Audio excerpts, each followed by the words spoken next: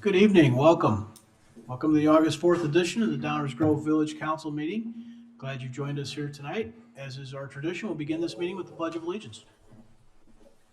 I pledge allegiance to the flag of the United States of America and to the republic for which it stands, one nation, under God, indivisible, with liberty and justice for all. Rosa, would you please call the roll? Mayor Barnett. Here. Commissioner Sadowski-Fugit. Here. Commissioner Gilmartin. Here. Commissioner Tully. Here. Commissioner Davenport. Here. Commissioner Sarver. Here. Commissioner Rowe. Here. Good to see everyone this evening. Welcome all. The audience tonight, if on your right and those counters along the wall are copies of tonight's agenda if you'd like to follow along.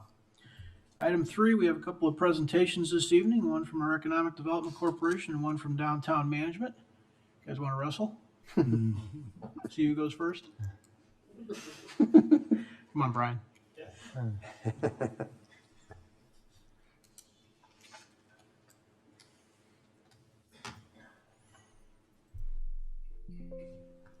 just going to test that real quick. All right, perfect.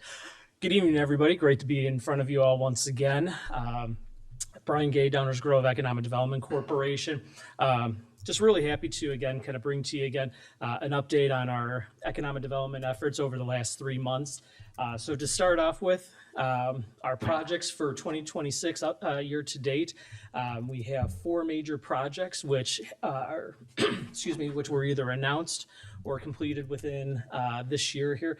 To date, we have 750 jobs either created or retained within the village, 485,000 square feet consumed or created within the village, and then 44 million of private investment within the community. Just to give a quick update, how we track projects, they have to fulfill 2 of 3 criteria. That is 25 new jobs, 25,000 square feet of space, either consumed or created within the village, and then a $1 million minimum capital expenditure. So 4 major projects, about right where we were last year at this time. So again, tracking really well. And again, we have a pretty robust pipeline of projects still to come throughout the rest of this year. One thing too, we don't usually have this type of data available for us at this point here, but right now our wins list, which usually is available to the village from the EDC in January, February of each year, now that we have our CRM kind of up and running and Victoria in our office is helping us manage that, we're able to better track what those projects are. So to date, village staff in the EDC have kind of come forward with 56 projects and really no criteria for those other than they're filing for permits throughout the village process. To date, 56 projects, $152 million of private investment, and about which equates to about 652,000 square feet of space consumed, used within the village. So again, really good activity for us. Some of these projects that you would see out there are the new inland real estate headquarters moving from Oak Brook to Downers Grove, Orbis nursing training facility moving into the 1900 Butterfield Road, and then a number of other projects here. So again, really good activity for us. And again, I don't expect anything to kind of slow up anytime soon. So as we start looking at some of the individual projects that we're working on, so these are things kind of currently in the development process. So we look at each corridor individually. So starting out at Ogden Avenue, you have the 1205, 1219 Ogden Avenue. This is a project that actually be going to you later on this evening. This is the Dutch Brothers project at Saratoga and Ogden Avenue. This is a project we've been working on with the developer over the past year as part of our Ogden Avenue TIF closeout program. Again, staying within the TIF closeout program, 1250 Ogden Avenue. This will be once completed, just basically across the street from the other site, will be Qdoba as well as Protein Bar. So really excited about that. That's with our friends over at Investia. So again, part of that Ogden Avenue TIF closeout. 535 Ogden Avenue, once again, another Investia project, and that will be a cargo coffee and then another small retail space there. So really excited about both of those. That second one, 535, took the old Byline Bank and is now kind of re-envisioning that and kind of making that more of a retail space rather than a service. As we kind of move down, other projects that we're just kind of continue to monitor, Brown's Chicken still remains active, kind of looking for a new tenant there. CVS, we've been working diligently with Comar Properties to try to identify a new building from there. And then you have other sites within the corridor. I'm thinking the DM Corvettes, the Classic Corvettes, a little further down the street, 2100, and then a few others. So again, just really active corridor. And again, as we continue through the TIF closeout process, I don't imagine that activity will really stop for us anytime soon. As we transition and look up on Butterfield Corridor, so at the former Brickhouse Pizza, we now have Lucky Monk. They opened up their second location coming from South Barrington, opened their second location. So really kind of a fun menu there. They brewed their own beer up in South Barrington, and then they have the brew pub here. So really excited about that one. If you haven't gone, I highly recommend it. We have the PGA Superstore. So last time since we've met, PGA Superstore did, I believe it was a $12 million reinvestment and remodel of the store. I know several of you were there at the grand opening, but just grand reopening. So beautiful store, just another continued investment into that corridor. Green State Credit Union is opening a new location currently under construction right next to the Cooper's Hawk, just right there in front of the Esplanade. One last thing to mention here too, I do have it listed as the Midwestern University Companion Animal Clinic. Unfortunately, we heard just last month that that project was canceled due to some development issues for them. But I know that staff and the EDC are working diligently with Dr. Baker and his development team to figure out what the path forward is for that site and how we continue to develop that for a positive economic development win for the village. Transitioning then just kind of to the corporate side, as I understand, Lurie Children's Hospital had a very successful PZC meeting last night, so we're looking forward to that project coming before you later on this fall.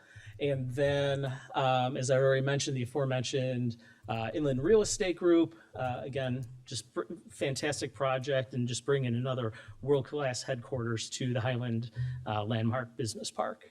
Industrial, so you're all aware, I know we've mentioned it numerous times, a recipient of one of our Cornerstone Awards is Wearspace, that's over in Ellsworth. They just purchased their second location here in Downers Grove, so up on Center Circle there, and be opening up a 70,000 square foot location there, so about the same size, maybe a little bit larger than their current space. So just helping out small businesses kind of get up and running, and truly that incubator model that works really well for them. Bridge Industrial now is Curve Industrial, and will be finishing up construction on their 2300 Warrenville project.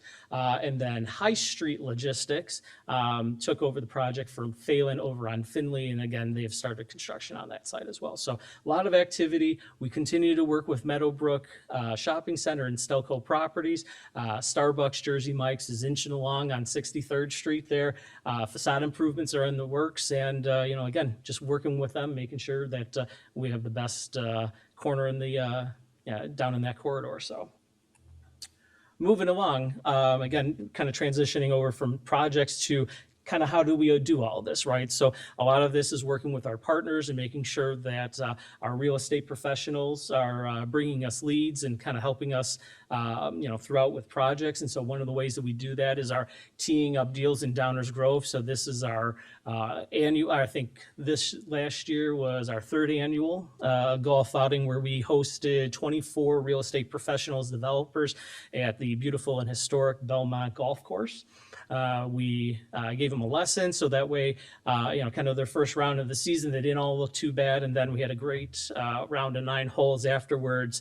And I think we got one deal out of that program this year. So not quite the 3 that we had last year, but we'll take the one deal. So again, just continuing to keep those relationships up and running.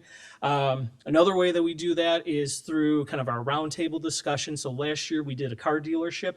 This car dealership roundtable. This year we invited 20 different manufacturers and resource partners to Flavor Chem up on Center Circle up there, and again, kind of talk with them through what are the issues that keep them up kind of at night, right? So through our workforce partners, through some of our HR partners, really kind of help them work through some of those issues. And I think one of the great examples of why we do these things is that the conversation was robust, and I think they really enjoyed it, got something out of it. So we'll probably be doing this one specifically, maybe another smaller event in the later on in the fall, and then a second round table next spring as well. So again, really went well with us, well received. So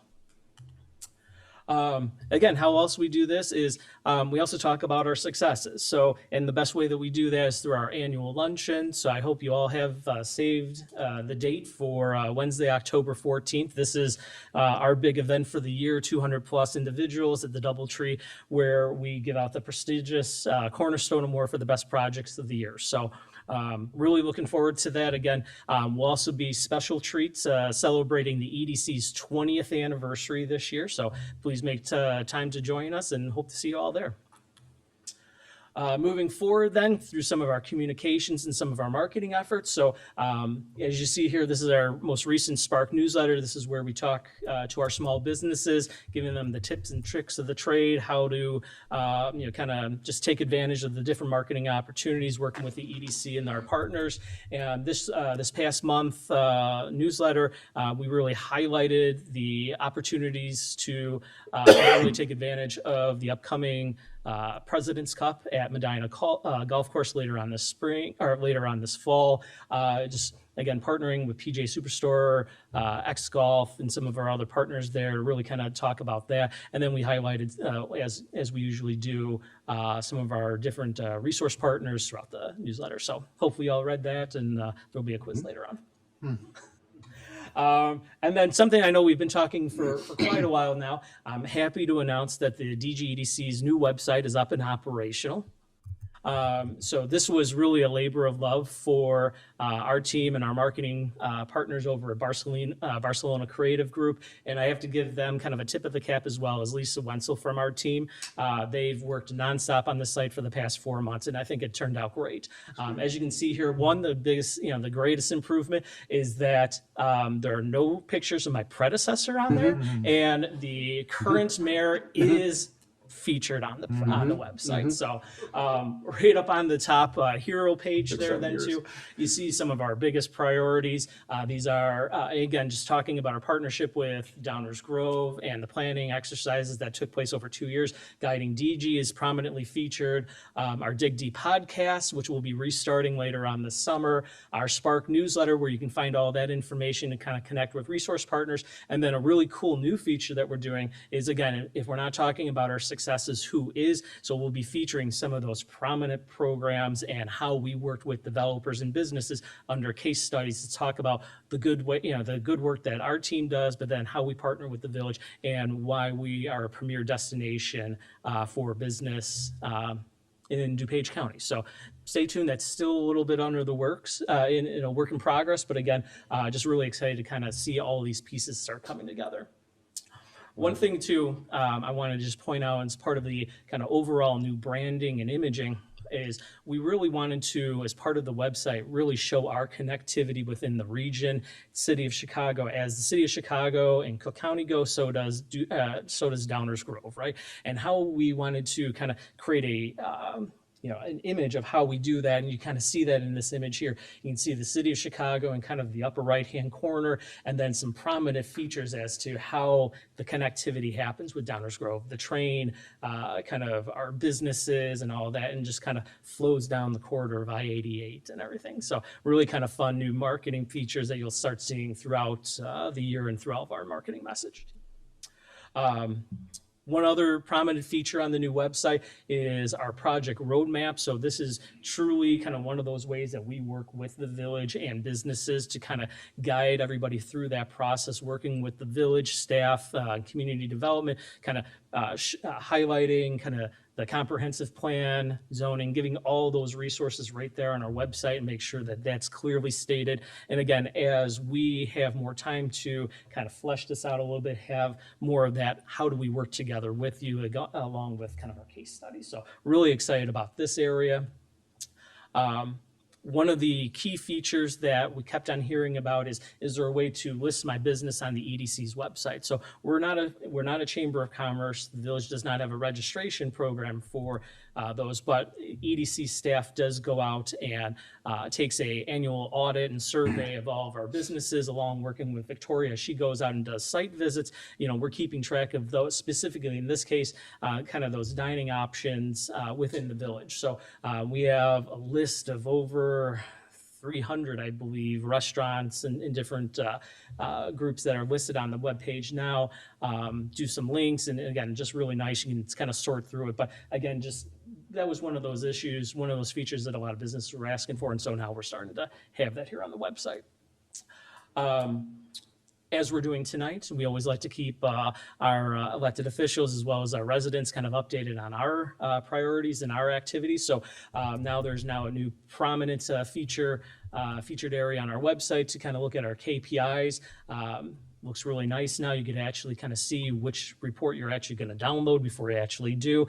And we can kind of have the videos playing right there on the main page. So excited to show you that. And then another key area that we wanted to feature along with case studies, KPIs, is then kind of our current projects, right? What are the things we're working on? A lot of the questions that the EDC always gets is, oh, what's happening in Downers Grove, right? And we didn't have a great spot to put that on the old website. So now we're building out this. We have, I think, close to 25 projects that will eventually be up on this website. And this is all throughout Downers Grove. It's multifamily, it's retail, it's industrial, anything and everything that's happening in the village that we have an update on will be in this little section here. So again, really excited about that. And then you can kind of see here, this is one of the examples for this. So Fields Automotive Group, bringing in the Rolls Royce, and there's a whole little featured area there. So yeah, really excited about that. So we'll kind of walk away from kind of the marketing efforts now and just touch briefly on some of our business retention programming. So, working with Victoria, again, our goal is to strengthen business, give them resources, and talk about opportunities to stay and grow within the village of Downers Grove. Victoria does a great job of kind of working with our businesses on an ongoing daily basis.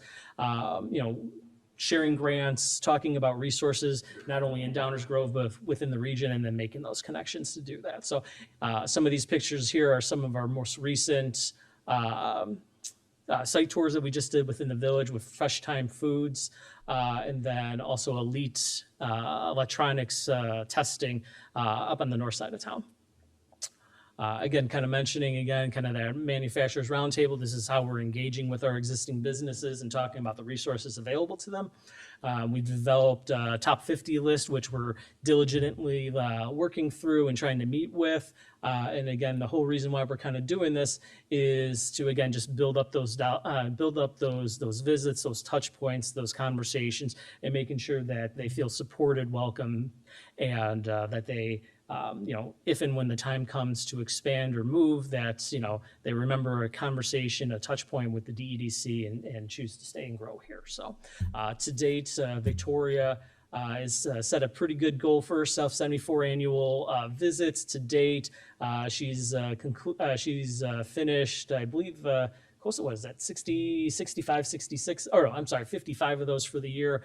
Again, she's working each week to kind of reach out with those, and then her weekly business highlights, to date, she's completed 20 of those, and just really nice little vignettes. We'll start doing little videos on social media along with these as well, but right now it's just kind of a piece that she puts together each Monday. So, and then I have a video for you. Hopefully it plays. There we go.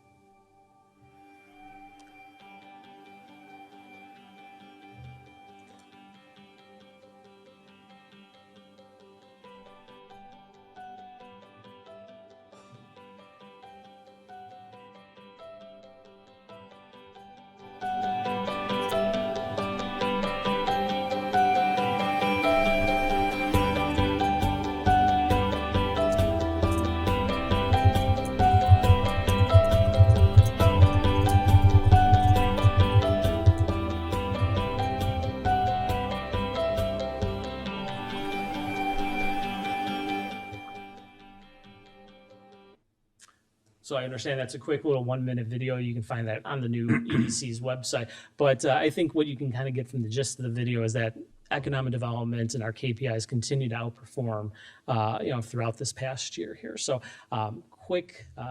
this is a little bit different than what you're normally seeing, so we're trying to condense this and kind of keep it a little bit more streamlined. But as you can see across the board, our KPIs, when you look at any retail-related revenues, $3.5 million, which is about a 45% increase year over year. That has to be taken into account with the sales tax increase for the past year. But again, if you look at kind of the adjusted values throughout, Downers Grove, the fact that we don't have a regional mall continued to, punch well above our weight there. So, for April alone, $1.7 million, 16%, almost 17% increase year over year for the month of April. And again, just really exceeding, compared to some of our neighbors. Same with home rule sales tax and non-home rule sales tax. And there's more of these KPIs within the full report, but I didn't want to get too much into the weeds on those. So, but again, all that new information is on the website, and I encourage you all to go take a look at it. And if you have questions, please don't hesitate to reach out to me. Thank you, Brian. Thank you. Aaron?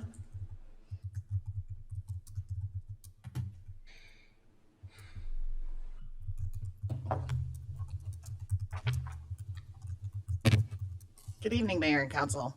My name is Erin Venezia. I'm the Executive Director for Downtown Downers Grove Management Corporation, also known as Special Service Area Number 11. For a little context, SSA Number 11 is funded by the commercial property owners within the downtown district and serves approximately 280 businesses across 170 unique properties. We're pleased to report that our first floor occupancy remains strong at approximately 98%, and we have welcomed a couple businesses over the last few months. Doc Bram at 5147 Washington, and Naperville Running Company at 5229 Main. We also look forward to welcoming several new businesses in the coming months. B Sweet Bakery, a unique dual concept bakery and restaurant. During the day, they'll offer fresh baked goods, then transform into a cozy speakeasy style bar in the evening featuring small plates and desserts. Custom Eyes, this is their 9th location and their first in the western suburbs. They combine comprehensive eye care with a premium boutique experience. Glossy Nail Spa is opening at 5117 Washington Street.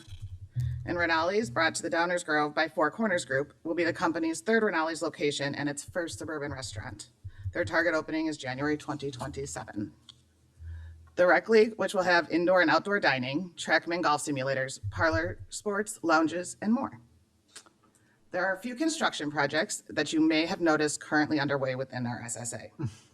The Domain on Main is at 4919 Main Street is currently in progress. These will be luxury apartments for the 55 and older community. First floor will be more than 4,000 square feet of commercial spaces. 5112 to 5120 Forest Avenue is an approved 3-story multi-use building. 4913 to 4921 Forest is an approved 7-story residential building containing 62 residential rental units. Both 750 Curtis and 826 Warren are outside of our SSA, but will have an impact on the downtown. 750 Curtis Street, directly next to the Civic Center here, will be a 138 luxury unit multi-residential building. 826 Warren will be a 20-unit apartment building. The flexible amenity areas in Linda Kunze Plaza construction have started. To help foot traffic continue to flow, we did create a sandwich board to put at the corner of Main and Curtis, indicating that businesses are indeed open during construction. We also created a dedicated page on our website, directing visitors to the village's construction updates. The engineering manager, Stephanie Graves, has been very communicative throughout the project, and we do appreciate this. We continue promoting Downtown Downers Grove through a variety of marketing channels, including social media, radio, print, and digital advertising. Our social media continues to grow.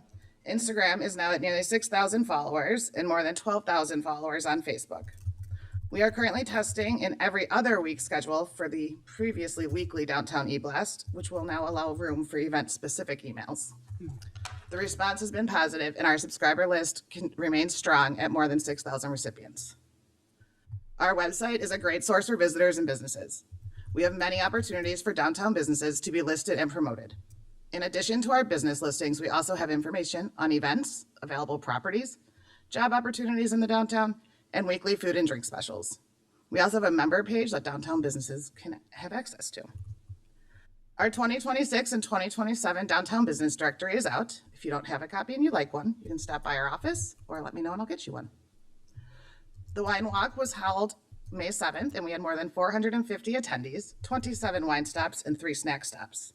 This was a great success for the businesses and enjoyed by the attendees from 39 different zip codes. Although construction required us to shorten the Friday Night Live season this year, it was still a great success. The bands and attendees had a wonderful time, and we're looking forward to a full season returning next year. You may have even spotted Elsa and Anna walking around the downtown. We kicked off our Loyal to Local program in June, and customers have the chance to be rewarded for supporting local.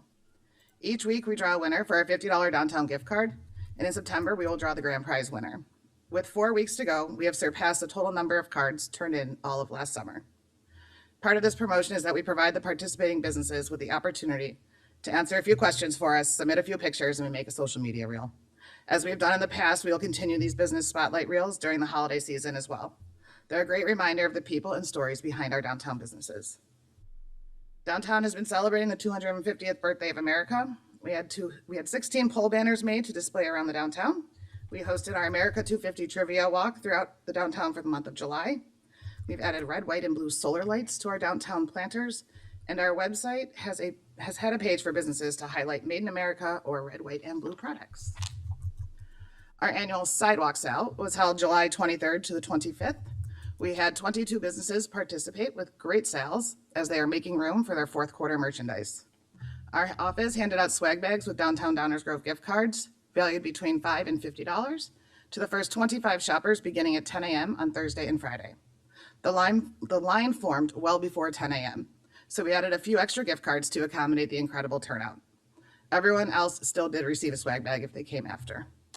According to Placer AI, the downtown welcomed more than 36,000 visits during the 3-day sidewalk sale. So a 2.5% increase over 2025. In addition to the events already highlighted, the downtown is host to many events throughout the year. A handful of these are hosted by nonprofits in the community. We are continuously working with local nonprofit organizations to help connect them with our community when possible. Our office sells Downtown Downers Grove gift cards, which are good at the majority of the downtown businesses. So far this year, we have sold $25,870 in downtown gift cards. That's slightly ahead of our sales at this point last year. Save the date for the annual Fine Arts Festival, September 12th to the 13th. There's more than 50 artists will line Main Street from Maple to Curtis, and we have a great lineup of musicians as well. And we're looking for volunteers, so if you're interested, feel free to reach out. The downtown vibrancy is also a reflection of the community visitors and residents, with more than 2 million visits to the downtown so far this year. So thank you for the opportunity to share a glimpse of what Downtown Management Corporation has been working on since we last met in March. We're grateful for the continued partnership and the support of the village, and we're proud to see our businesses continue to thrive while providing great shopping, dining, and experiences for our residents and visitors. Thank you. Thanks, Aaron. Item 4 on our agenda tonight, we have a public hearing. We'll start that now. Concerns properties located on Woodward Avenue. This public hearing will now come to order. The public hearing has been called by the Village Council to consider proposed annexation agreements for the properties located at 5881 and 6207 Woodward Avenue. Notice this public hearing was published in the Daily Herald on July 20th, 2026. I'll now summarize the procedures for tonight's hearing. I'll ask village staff to summarize the annexation agreements and identify the properties involved. The village council will then have an opportunity to ask questions or make comments. Members of the public will then be offered an opportunity to ask a question or make a comment regarding these petitions.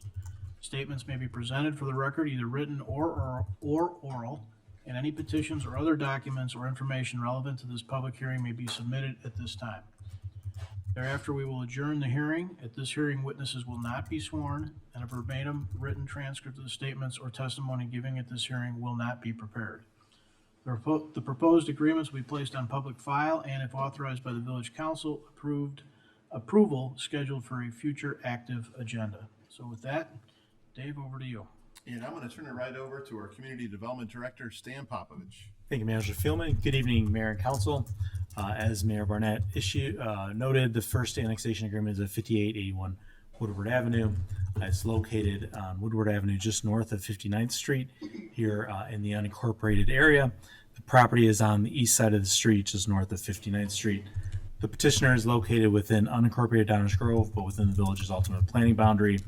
They are wishing to connect to the village's water system, and that requires an annexation agreement. When the property becomes contiguous to the village, based on this annexation agreement, annexation can occur. I'll go on to the next one as well, Mayor, if that's okay. The next one is 6207 Woodward Avenue. It's located on Woodward Avenue, just north of 63rd Street. Property is shown here in light blue, just north of 63rd Street. Similarly to the last one, it is in unincorporated Downers Grove, but within the village's ultimate planning boundary, they too wish to connect to the village's water system. And once the property were to become contiguous, it would be annexed as well. Thank you very much, Mayor. I appreciate it. Thank you, Stan. Any questions or comments from the village council on this item? Mike? I just want to state for the record that my client is the property owner at 5881 Woodward, so I'll be recusing myself from any participation in this. Thank you. Thank you. Anyone else? I'll save it for the first reading. Any questions or comments from the public? Okay, seeing none, we will call this public hearing adjourned. Thank you all. Item 5, is there a motion concerning minutes of previous council meetings? Yes, Mayor, I move to approve the minutes of the Village Council meeting of July 21st, 2026 as presented. Second. Any comments or questions from the council? All those in favor say aye. Aye. Opposed? Those are approved unanimously. Thank you all. Item 6, public comments. This is the portion of the meeting where we take public comment on items not on tonight's agenda. At each agenda item coming up, there will be additional opportunity for public comment. So if you have comments for us on subjects not on tonight's agenda, please come down to the podium, let us know what's on your mind.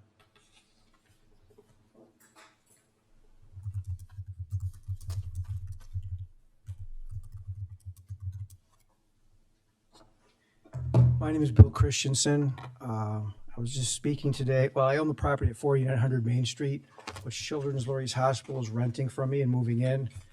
I spoke with Michael Becker, the director of real estate there today, and I've got pictures right here.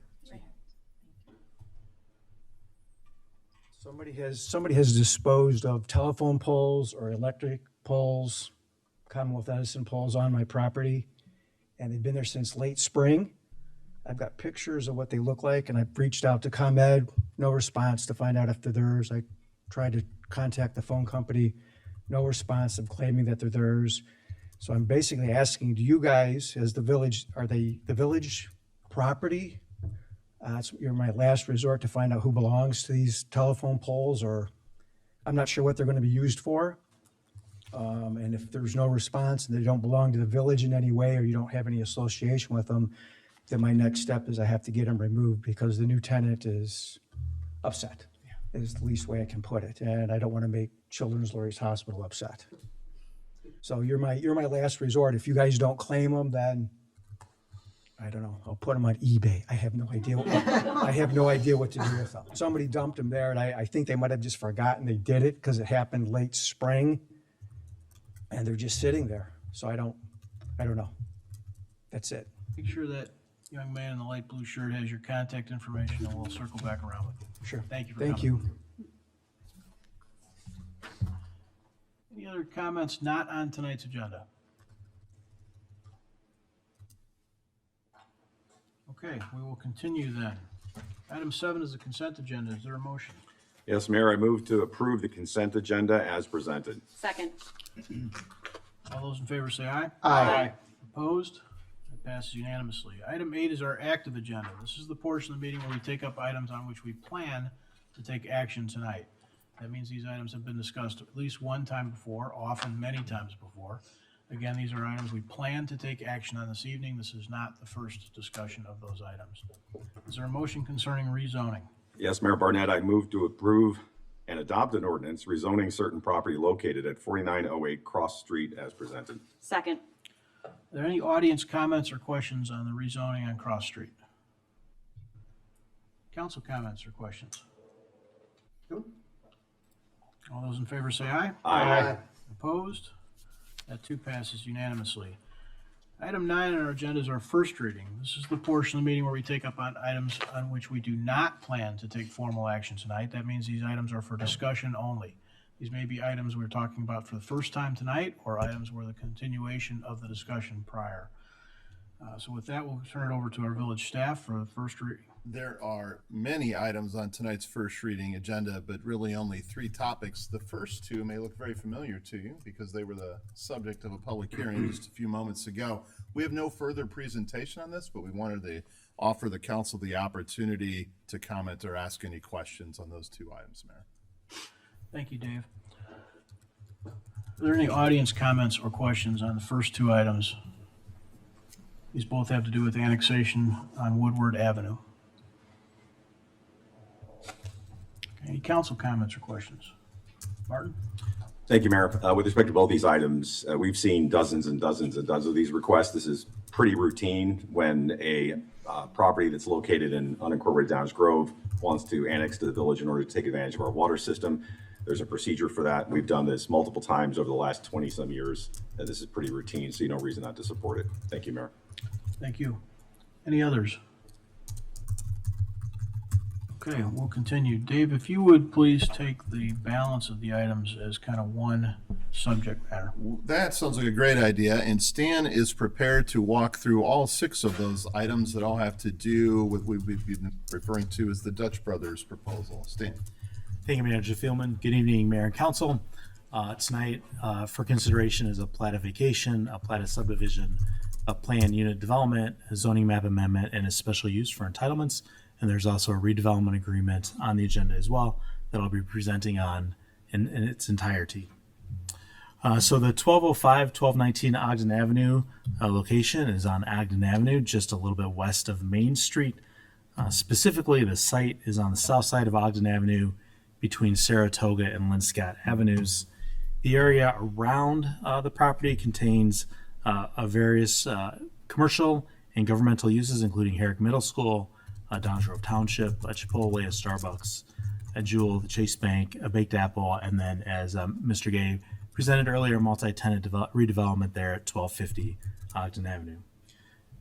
Currently, the site includes 2 lots of record at 1205 Ogden and 1219 Ogden, and then a public alley that runs east-west that connects Linscott to Saratoga. The subject site has multiple access points. There are 2 full access points from Ogden onto the sites. There's full alley access on at Linscott, full alley access off of Saratoga. And then also on Saratoga, the 1205 property contains 1 large curb cut. And in essence, this on Saratoga, it really acts as a single access point that is about 62 feet wide. And then you also see there is access from 4337 Linscott, which is the parking lot immediately south of the alley that has access to the alley currently as well. On Saratoga, the intersection of Saratoga and Ogden, each direction on Ogden has a 1 through lane and 1 through and right turn lane. And then on Saratoga, there's 1 on both directions, 1 combined through lane and a right turn lane. Both of these intersections and all 4 of these lakes also have dedicated left turn lanes. So you'll see on the Ogden eastbound side, that turn lane actually extends through the Linscott Avenue intersection with Ogden Avenue. The Saratoga access and turn lane there off of northbound Saratoga extends into sort of that combined curb cut onto Saratoga with 1205 Ogden and the alley there as well. The petitioner is proposing a plat of vacation and a plat of subdivision. What this would do would be to create 2 lots. You'll see lot 1 on the west side or left side of this image and lot 2 on the right-hand side of this image. When we do vacate the alleyway, the petitioner is providing a cross-access easement through the alley that runs east-west where the alley used to be, and then also onto lot 2, which you'll see in a later slide how that allows parking and access for both potential tenants of both lot 1 and 2 to activate and to use the space on the lot. And then this cross-access easement also allows the property owner at 4337 Linscott an opportunity to use the alley as they have been in the past. The proposed development provides 2 new buildings, drive-through Dutch Bros Coffee Shop at 1205 Ogden, and then a roughly 4,000 square foot commercial building at 1219 Ogden. As you can see in the drawing, the parking is provided between the 2 buildings and along the vacated alleyway on the south side of the property. If we look at site circulation on this one, the 2 full access Ogden Avenue curb cuts have been reduced to a single right-in, right-out curb cut.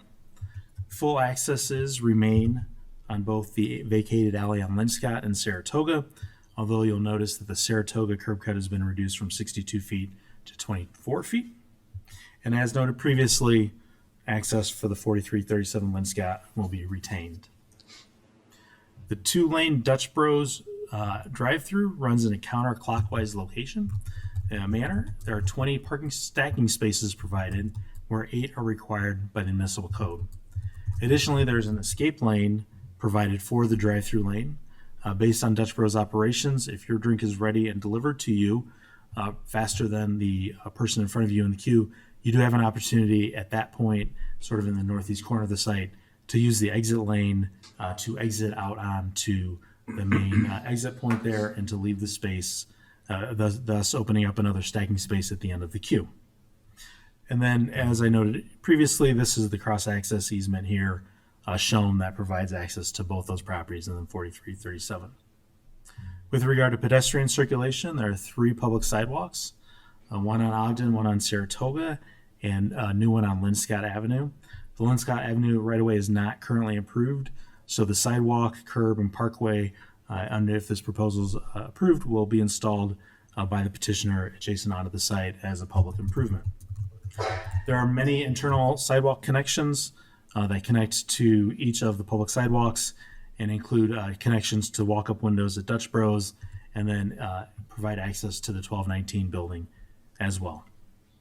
The petitioner is providing an 8-foot solid fence south of 1219 Ogden Avenue. The fence is provided to provide screening and a separation from a residential property located at 4339 Linscott, which is immediately south of the parking lot at 4337 Linscott. A 4-foot tall open design fence will be installed along the south property line south of the Dutch Bros building.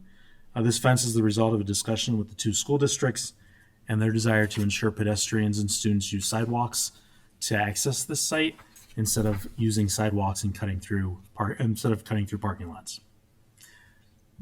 This is the proposed Dutch Bros elevations. They're shown here. Building materials include EIFS, cement siding, and faux wood accents. With regard to the comprehensive plan notes that we should locate regional draw commercial uses in a corridor where the use will benefit from access and visibility, promote and encourage improvement of areas that are becoming functionally obsolete, encourage reinvestment, promote retail concepts that will add vibrancy, and promote and reposition commercial centers to adapt to evolving retail habits.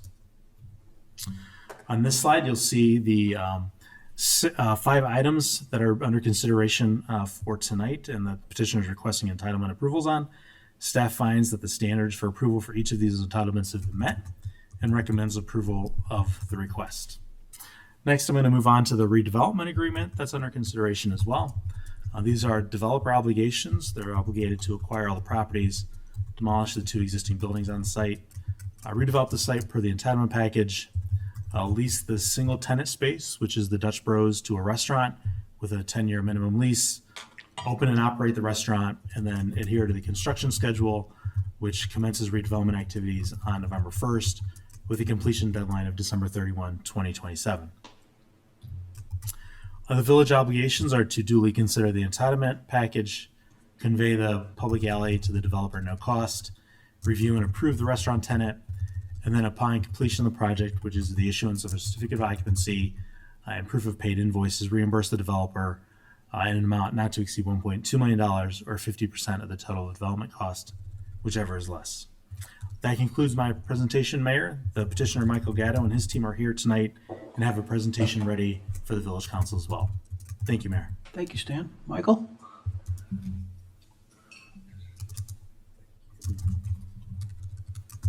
Good evening, Commissioners. Michael Gatto on behalf of Excite Real Estate and Dutch Bros.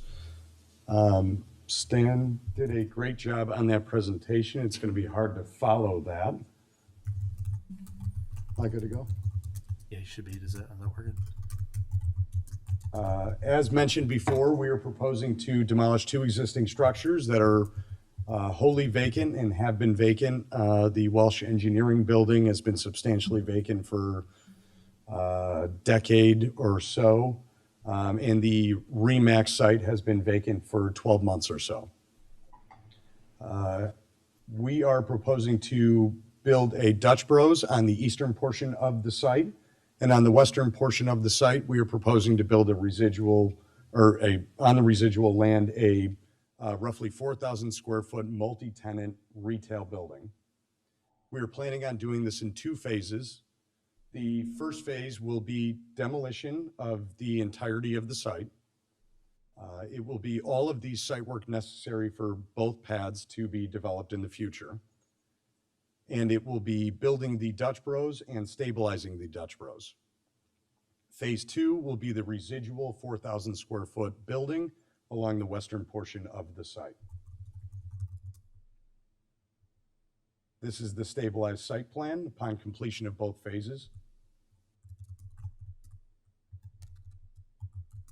These are the building elevations for the Dutch Bros in phase 1. As mentioned, we are looking for 5 entitlements for this project: a planned unit development, a special use for the drive-through, a zoning map / text amendment, an alley vacation and cross-access agreement, and a plat of subdivision.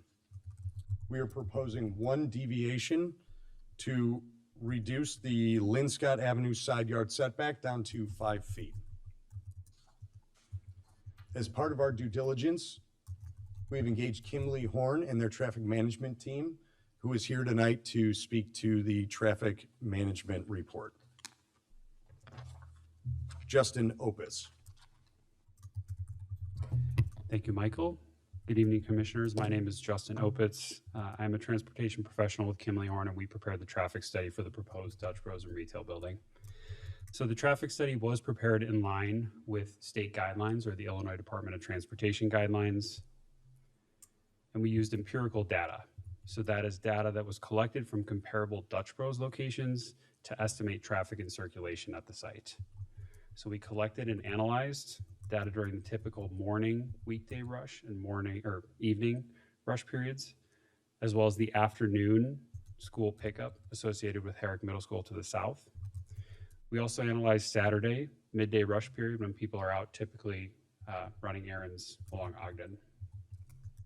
So to make sure we covered our bases, we also collected data at Seven Brew, which is located in Naperville along Ogden Avenue to the west. And what we noticed is that the vehicle counts at Seven Brew exceeded those of Dutch Bros. So in order to provide kind of a worst case or conservative scenario, we utilized those numbers in our traffic study. So based on our analysis, the site plan that we've gone over today is projected to accommodate the traffic demand with no spillover anticipated to the adjacent rights-of-way. So our traffic study does provide a lot of detailed information related to drive-through queuing, but I think it's most helpful to kind of step through what we expect for this site based on what we observed at the Seven Brew in Naperville. So as can be seen on the screen here, what's being shown to you is the max queuing that we observed at Seven Brew during 15-minute periods throughout the busiest hours of the day. So you can see on the left side of the screen, it starts at 8 a.m. in the morning. So that 8 to 9 a.m. was the highest period in the morning that we observed. And in those 15-minute bins throughout that hour, the maximum queue we noted was 15. I'd also like to point out that we do have 20 stacking spaces on the Dutch Bros site. So as we move into the afternoon period, starting from 2 to 3 p.m., the maximum queue we noted at that time was 23 vehicles. So while we do have 20 stacking spaces on our site, we have additional space outside of the vehicle stack to store up to, I think, probably 7 to 8 more vehicles before we're even close to the adjacent public right away. And then as you move past that 3 p.m. hour, 3 to 4, you'll notice the queue starts to go back down to around 15. And this is because as you move later into the afternoon, less and less people are purchasing coffee. And this is just visually depicting what I just described to you.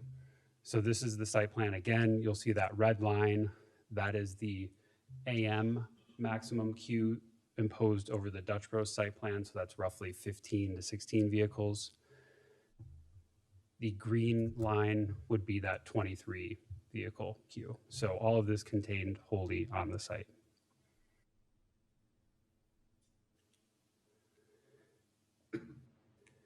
And lastly, I'd like to point out, or I'd like to ask everyone to really take a second and think about the last time you visited a drive-through coffee shop similar to Dutch Bros. This might be Starbucks, Dunkin', something similar. Was that your primary destination, or was that more of a stop on your way to your primary destination? Perhaps some it's their primary destination, but for most people, coffee shops like this are a stop on the way to your final destination. So what this means is that businesses like Dutch Bros, coffee shops like this, they don't necessarily generate new traffic volumes. So comparing it to something like a multifamily residential development, which we heard a lot about, single family industrial buildings, office buildings, when you construct those are generating new traffic volumes in the area. So homes, people were not there before. Industrial buildings, people were not there before, they are now working there. The coffee shop is a little different because it's what we're doing, and the way the site is designed is to pull traffic off of Ogden Avenue in the most efficient and safe way possible and put it back onto Ogden Avenue in the most efficient and safe way possible. So we don't have a lot of, our data is telling us that up to 90% of traffic for a use like this is being pulled from the existing stream. So what this does is it helps limit the impact of the site. And based on that and our analysis, we do anticipate that the traffic can be accommodated within the street network. Thank you, Justin.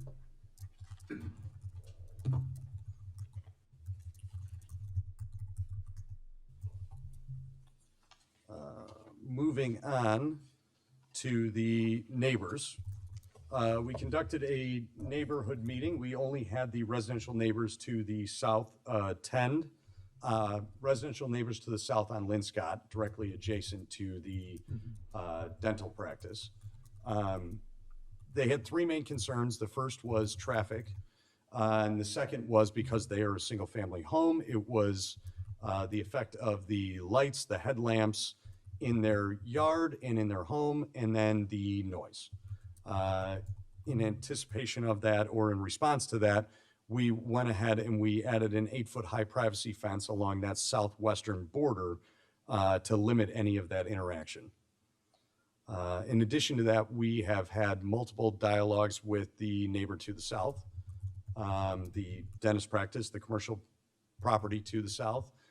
Primary concern is alley access in perpetuity. Part of the alley vacation would be a cross-access agreement in perpetuity that would run with the land, not with the ownership. So his curb cut would stay there and his access would stay there in perpetuity.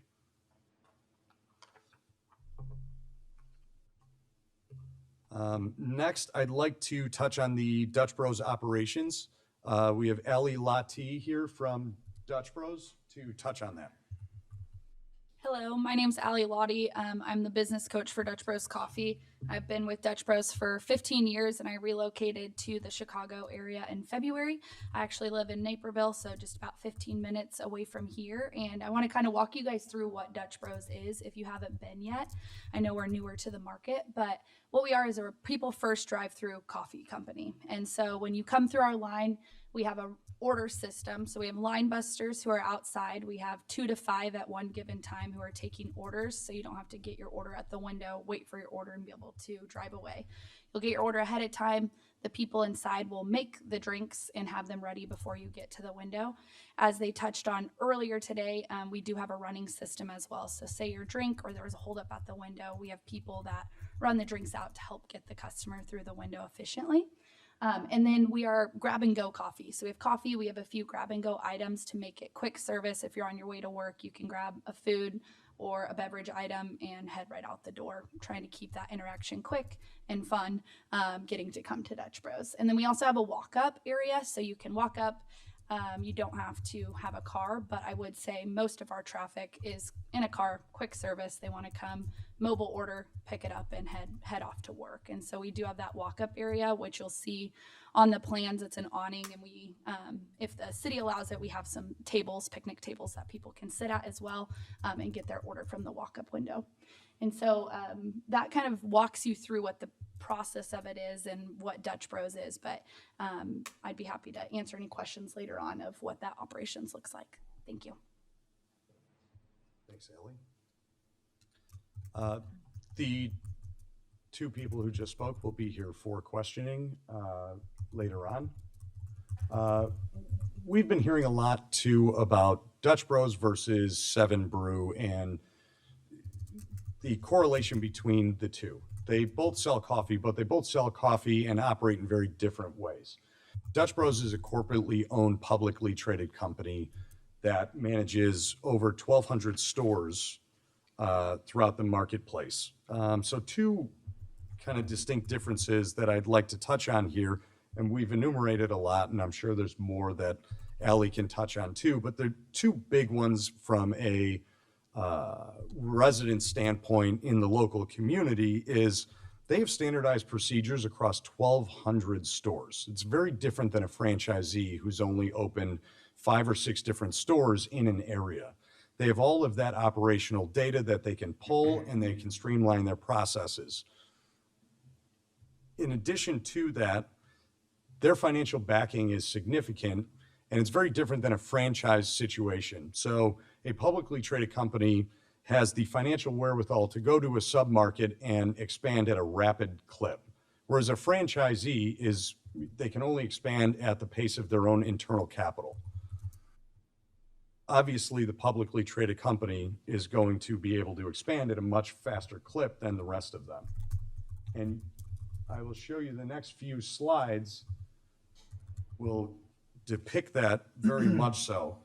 So Dutch Bros works on a distributed volume system, not a concentrated volume system. And what that means is they'd rather have 3 $2 million stores than 1 $6 million store. The operating efficiencies, the territorial gain, that's their mission, that's their goal, that's how they move into a submarket. They don't want a single store dominating an area. They want multiple stores typically spread out between a 2 to 3 mile radius. And on the next slide, you can see the Chicago MSA and just how many stores they have in the pipeline that are going to be delivered within roughly the next 12 months. Most of these should be in the next 8 months, similar timeline to ours. Some of them are being pulled forward depending on entitlement work and whether it's a retrofit of an existing structure or a ground-up construction project. And even further than that, you can note on here that this is our western suburban marketplace. Outside of just this store, there are 6 other stores that are going to be opening here in a similar time frame or sooner. Since Plan Commission, I've had to add 2 more dots onto this map. One being Westmont, which is in close proximity at 63rd and Cass, and then LaGrange. So they are moving very quickly into the marketplace. They are spreading out over the marketplace. And so that distributed volume should take over, and they should have stabilizations move in a much faster pace. Next up, we have the findings of fact for the entitlements. I'd like to just touch on a couple topics. We feel that we meet all of the zoning map amendment review criteria. specifically the existing uses and zoning of nearby property. We are on the Ogden Avenue corridor and surrounded by other Ogden Avenue corridor zoning, the B3 district. The length of time the property has been vacant as zoned. As I said earlier, the Welsh Engineering Building has been wholly vacant for roughly 10 years. The Remax Building for roughly 12 months. The buildings are non-conforming according to the new codes that have been in place and would need to be brought up to codes to have any sort of substantial re-tenanting operations there.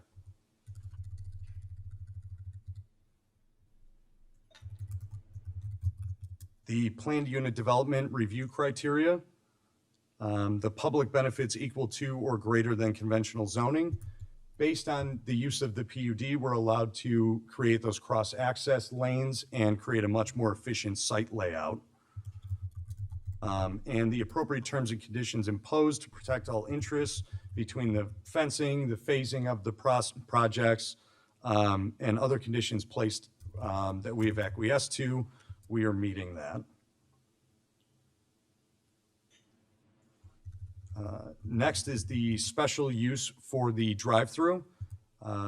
It is an expressly authorized special use, and it is very common to see up and down that corridor.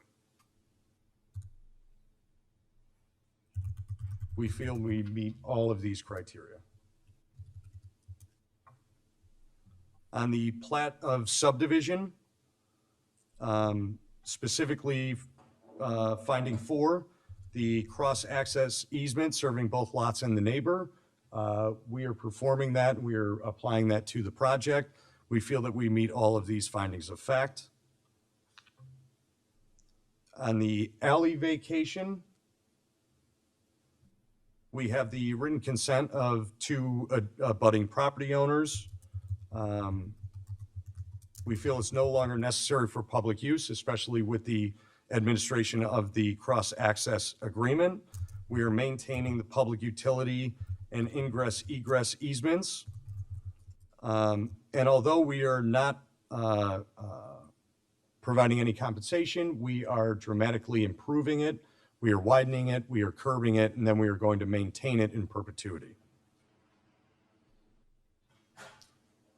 We feel the project satisfies every standard for approval. And with your approvals, we can begin construction in fourth quarter of 2026. Thank you very much. Thank you. Any audience comments or questions? Come on down to the microphone and tell us what's on your mind.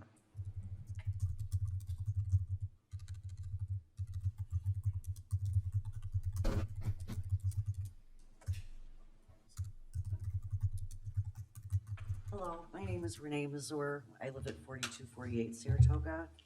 And when I look at the other properties that are proposed to have the Dutch Bros built, they're large shopping areas. This area that we're looking at Ogden and Saratoga has very minimal parking. The access of just Ogden Avenue could be difficult for traffic to move through that area, since Saratoga is, Ogden Avenue is only 4 lanes, really, with turn lanes, right? And then Saratoga is also just 2 lanes with 1 turn lane at the lights. And they get really, really backed up. Now, I don't know what the comparison is to Seven Brew, but when I travel to Naperville and I do see the one at Iroquois and Ogden, I see 50 cars wrapped around into the industrial office area. And that concerns me. I've seen video of the Melrose Park location, and that's in a shopping center. It looks like the Darien property is on the Walmart property, perhaps, on 75th Street. So we're talking large shopping centers that can accommodate that kind of traffic. So my concern, of course, is for safety. I have to pick up children at Herrick, and it's quite the event, right, every day. And the traffic does get backed up already. So I did notice that there was a comment, there would be no queuing on Saratoga. So would there be an entrance on Saratoga? Is there any way to? Yes. So there is an entrance. Yes, to the lower right hand corner of that screen. So they would take the alley. Yes, that is one of the 3 access points of the site. Uh-huh, okay. So I don't know how you would avoid any queuing of cars on Saratoga. So I'm just saying that I believe that it's, you know, there's a senior center there where there's people walking, there's children walking, there's high school students walking, and I'm just very concerned that that area is just not large enough to accommodate this type of business. Thank you.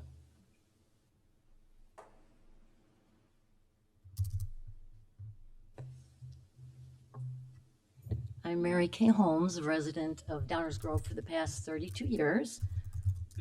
I appreciate the opportunity to be able to voice my concern before you about the Dutch Brothers proposal and the anticipated traffic at that corner, Saratoga and Ogden. And I also appreciate your dedication to our village and specifically to us seniors. Of course, you know where the Downers Grove Township building is on Saratoga. It's across Saratoga and just steps away from the proposed building. It's directly behind the Starbucks and about a half a block from Jeff's Bagel Run. Adjacent to the township building is the popular Fish Food Pantry and our senior center. Happily, this is a very active senior center with activities and support groups, including $5 lunches on Tuesdays and Wednesdays. Activities are scheduled all day long, 9 to 5, Monday through Friday, and many of these activities draw 30 to 40 to 50 seniors. As a matter of fact, here is this month's program guide if you'd like to take a look at it. Our seniors are in and out of this parking lot all day long, and considering the amount of anticipated traffic on Saratoga and at that light, we would hate to know that any of our township seniors decide to forego any activity because of potential anxiety due to the traffic congestion from the Dutch Brothers customers. There are numerous medical studies that cite the importance of community for good health, as important as sleep, exercise, and good food. The significant value of community for our seniors cannot be stressed strongly enough. My husband and I attended the July 6th public hearing of the Planning and Zoning Commission when the recommendation for the Dutch Brothers or Dutch Bros proposal failed. And what really resonated with us is a sense that the developers were trying to force a square peg into a round hole, that the site is poorly suited for that business, and we hope that they are able to find another site here in Downers Grove. Now, I'm not implying that any of you are seniors, but we invite all of you to stop by and witness the warmth of the community at our township senior center where, wink, wink, the coffee is free. Please consider the well-being of our seniors as well as the fish recipients. And by the way, Meals on Wheels for our residents is staged out of that building too. So we would hate to lose any of our volunteer drivers because it would be too much of a hassle, too difficult to get in and out of that parking lot. So thank you, Mayor. Thank you, commissioners. And a big thanks to our fine village staff. Would you like this?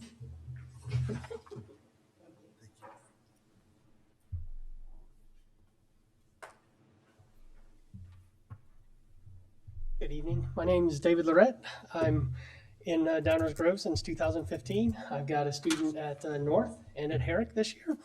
And last year with the new construction of Herrick, as everybody knows, it was a disaster for pickup and drop off.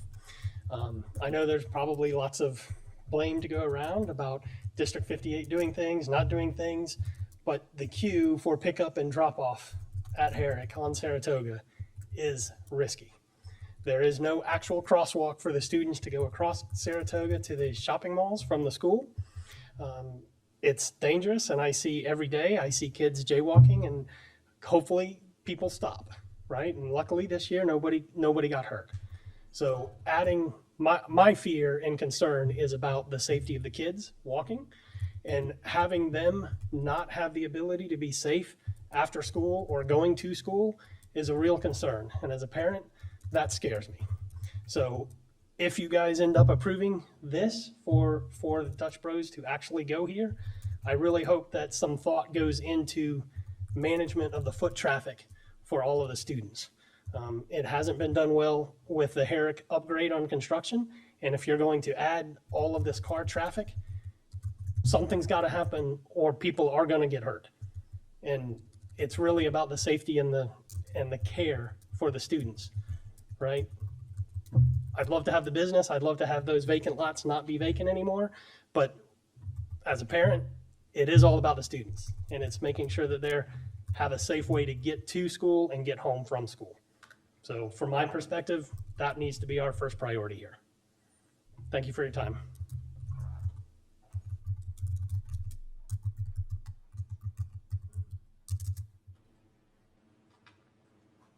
Hi, Laura Temple, 30-plus year resident.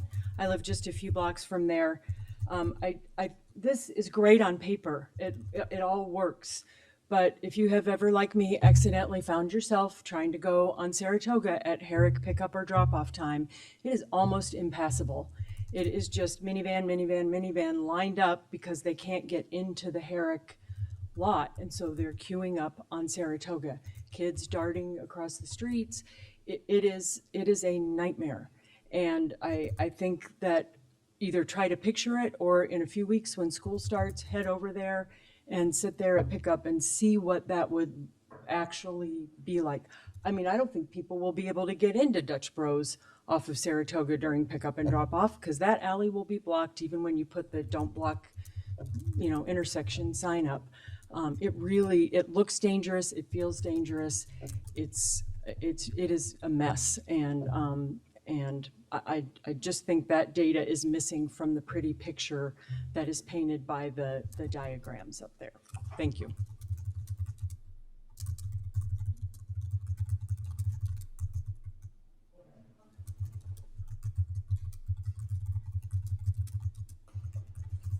Trisha Cantalina. Good evening. My name is Trisha Cantalina, and I live on Linscott Avenue. I am the house that he is talking about. I am not opposed to Dutch Brothers or to a responsible economic development. My concern is that this specific location is simply not appropriate for a high-volume dual drive-through operation, directly next to existing residential homes and schools. The property currently operates as a quiet jewelry store with limited daytime hours. This proposal could completely upend the balance, replacing it with a high-intensity operation, bringing 5 a.m. and late-night activity, constant vehicle traffic, idling engines, and noise directly next to residents' homes. During this process, there were comments made in separate conversations with the village representative along with the representative of Dutch Brothers that were very difficult for my family to hear. In those meetings, the message was made that they would not choose to live where we live. While everyone has different preferences, those comments were hurtful because our family did choose this community. Our home is where we raise our family, where we have invested our time and resources, and where we expected to have a reasonable quality of life. We asked if they would want this located directly next to their homes, but we've never received a clear answer. Those conversations left us feeling like our neighborhood was being viewed as less deserving of consideration because of where we live. It reminded me of the meeting on July 21st when this council rightfully made it a point to reject the idea that renters are less than and stated that every resident deserves respect. We ask that this exact same standard tonight. Just because our neighborhood sits near a commercial street does not mean our quality of life is less deserving of protection. Every resident deserves the same respect and safety regardless of where they live. Our bedroom faces the proposed site and we can see it directly from our kitchen window and backyard. If this is approved, we will live with this disruption every single day, hearing outdoor speakers from early morning until late night, and watching headlights shine directly into our yard and bedroom windows. The physical changes to our infrastructure are also a major problem. Vacating the alley strips our neighborhood of safe access to the traffic light at Ogden and Saratoga. Furthermore, we are deeply concerned that drivers will try to use Linscott to cut through to avoid Ogden congestion. Because Linscott is a dead end that leads directly into a gated school parking lot, drivers will be trapped, causing a constant stream of frustrated people trying to turn around right in front of our homes. We actually had a conversation with the developer regarding their plans to mitigate the noise, headlights, and business hours, but absolutely no agreement was reached, and there was no follow-up conversations after the fact. Despite how close this development is to our homes, there are still no meaningful barriers or mature landscaping to reduce the impact. It was mentioned just a moment ago, at 1219, they were going to add a fence, which that is not where Dutch Brothers is, and that's not where our house that is affected by it. So that fence would do absolutely nothing to help us in any way. On top of the impact to our neighborhood, this area is a major walking route for local students heading to Herrick Middle School and Downers Grove North. Hundreds of kids use the exact sidewalks every single day, pushing a massive line of cars into this tight space during normal drop-off and afternoon pickup hours creates an undeniable safety hazard for our community's children. This is where our family lives. This is where our children sleep, play, and grow. The concerns we are raising are not just from one household, but more than 800 residents signed our petition because they agree this location is a mistake. Growth should not come at the expense of the residents who are already here. The Planning and Zoning Commission carefully listened to these exact facts and voted 5-1 to recommend denial of this project. They recognize that this site plan simply does not protect our community. We respectfully ask the Village Council to uphold the Planning Commission's recommendation, protect our neighborhood, and vote no to the proposal. Thank you.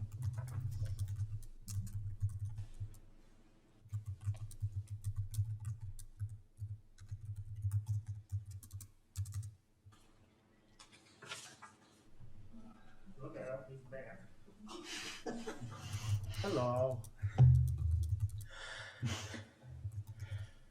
I'm not here to oppose this company.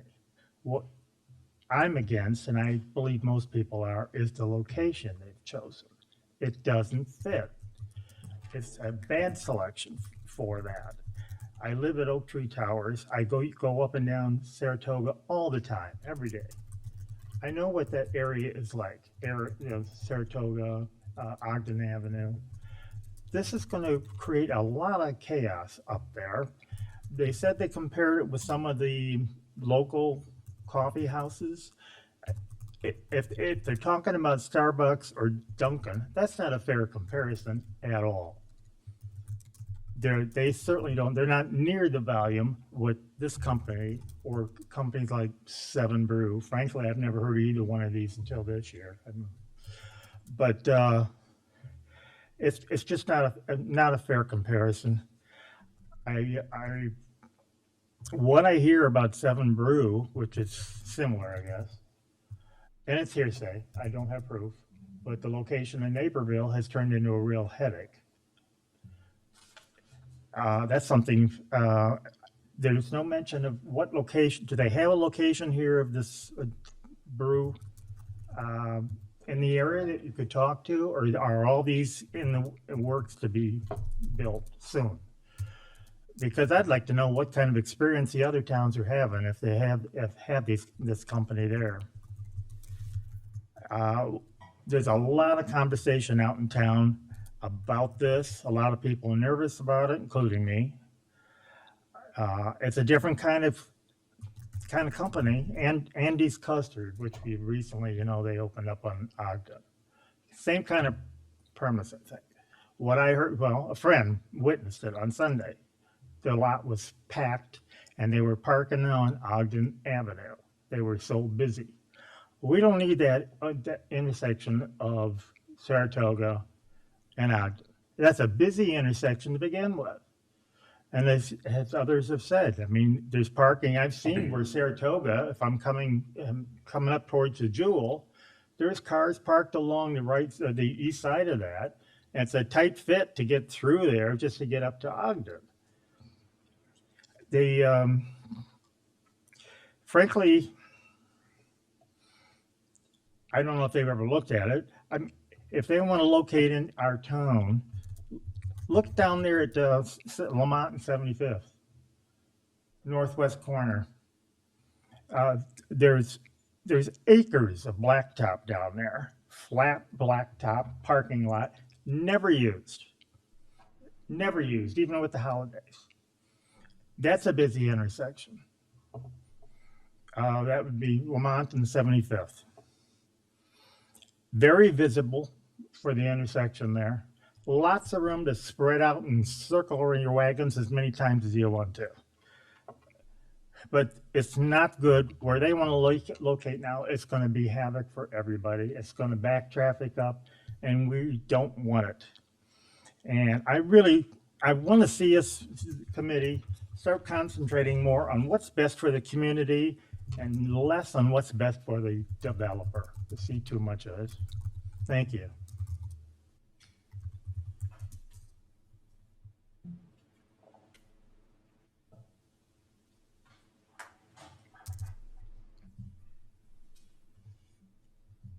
Hi, my name's Colleen Kramnick. I've lived on Saratoga Avenue for 30 years.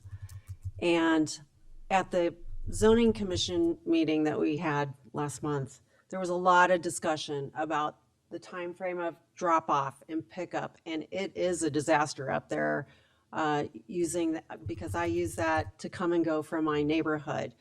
Parents are parking on the left side of Saratoga.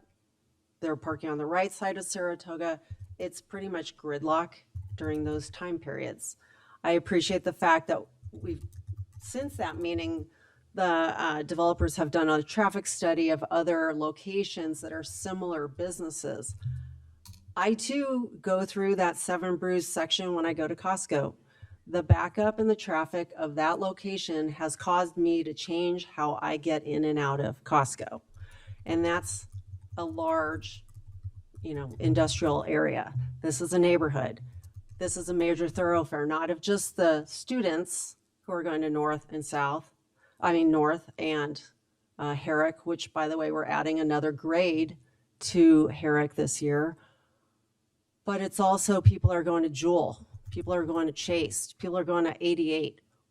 Living on Saratoga, we have so much traffic that goes through there, and it's not just parents dropping off their kids at school.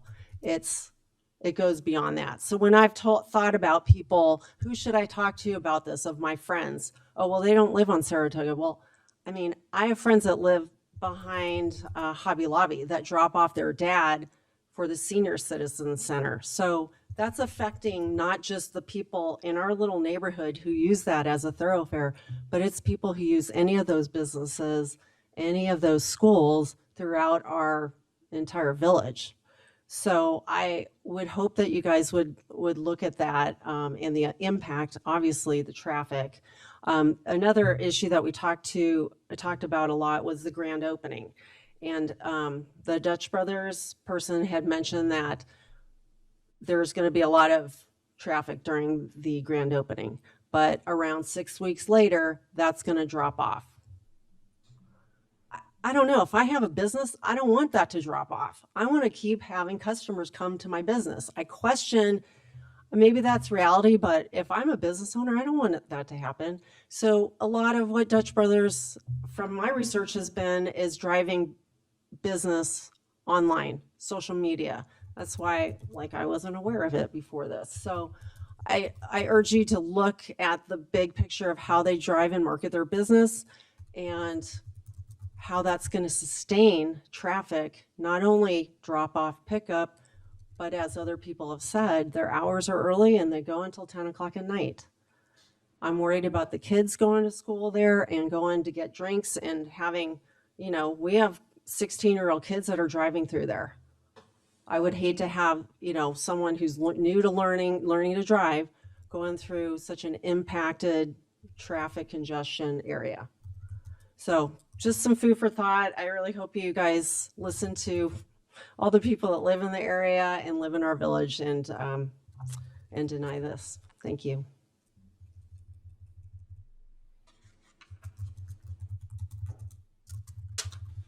Sorry, senior moment. Two things I want to also mention. I know, just remind you on July 6th with the Plan Commission, when it came up to their attention, they had 1 yes vote, they had 5 no against this proposal. The other thing is, I don't know, it's hearsay again. I was told today, wasn't aware of it, there was a petition going around town, and I've heard that there was 800 signatures on that. Did you all get, has that been submitted to you folks? A petition? We're aware of it, Scott. Okay. Yeah, and the meeting, we've all Okay. seen the meeting and the minutes. And there was like 800, and most of them are against it, aren't they? Okay. Yeah, well, I think everybody should be made aware of that. So I'd like you to think very carefully about accepting this at that location. If they can find another one, we're not saying don't let them in town. It's this location is the issue. And the results of the impact it'll have.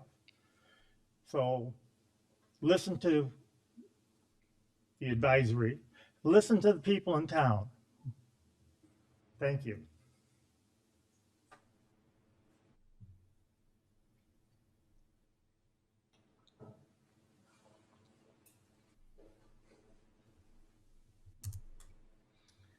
Good evening, everybody. My name is Pat Provenzali. I'm a partner in the law firm Echo Williams and Provenzali in Lisle. I'm here representing my clients who also happen to be my family members. My oldest brother, Don, Dr. Don Provenzali, who runs ProDental and Choose Wisely, which is the dental practice immediately south of the PUD, the proposed PUD, as well as my mother, who owns part of that lot, the retired judge, Mary Ellen Provenzali. I'd like to just touch on a few things, and rather than reiterate or repeat the train of abuses, as it were, that the neighbors have come to talk about, that this planned PUD would visit on the area, I will touch on one. I also want to raise the specific issues as to my clients.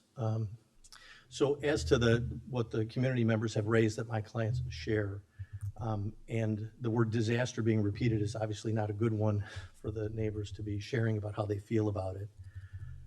I would submit to you that the traffic study is problematic on a couple of really material angles. First, as the first neighbor who came to share her observations about the area and the impact and what she thinks is going to happen in the area,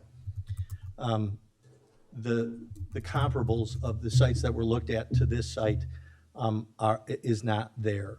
They're different locations in terms of larger parking lots, larger retail strip mall areas, not a sandwiched, really compact location that's on the corner of a very busy intersection that really has little movement for traffic in the area. The traffic study also is, I think, flawed to say, to the extent that the gentleman mentioned that it's not changing the volume of traffic because it's not necessarily a destination location for people. While that may be true, it's definitely going to change the concentration of traffic and the amount of traffic that's going to be located in that specific area, as opposed to other areas that traffic is not going there now because there's no such similar business there. And lastly, what I think everyone is saying from a community standpoint, there's been no study impact on pedestrian traffic in that area. And the pedestrian traffic is the most vulnerable population because everyone knows of the schools there and the amount of pedestrian traffic that those students who live over in the condominiums across the way over by Dorhofer or live in Orchard Brook or in the neighborhoods in that area are crossing to and from Ogden Avenue on Saratoga all the time. And with the ingress, egress, or at least ingress, I'm not sure what is proposed, from Saratoga westbound into that alley, that's going to be problematic for those children. It's a risk. I think it's a health and welfare situation for them that should be studied, that no one's weighed in on. The traffic study didn't do that, and I think they certainly could have if they wanted to. All those things being said, specific to my clients, to my family's operation and the dental practice there, it's a patient population issue for them. The rear lot that Mr. Gatto had mentioned was still going to have an access from this cross access point. is the only disability or handicapped parking access for the entire dental practice for that building. There's no handicap parking in the front. So elderly folks who are disabled, who are patients of the practice, have to access that rear lot.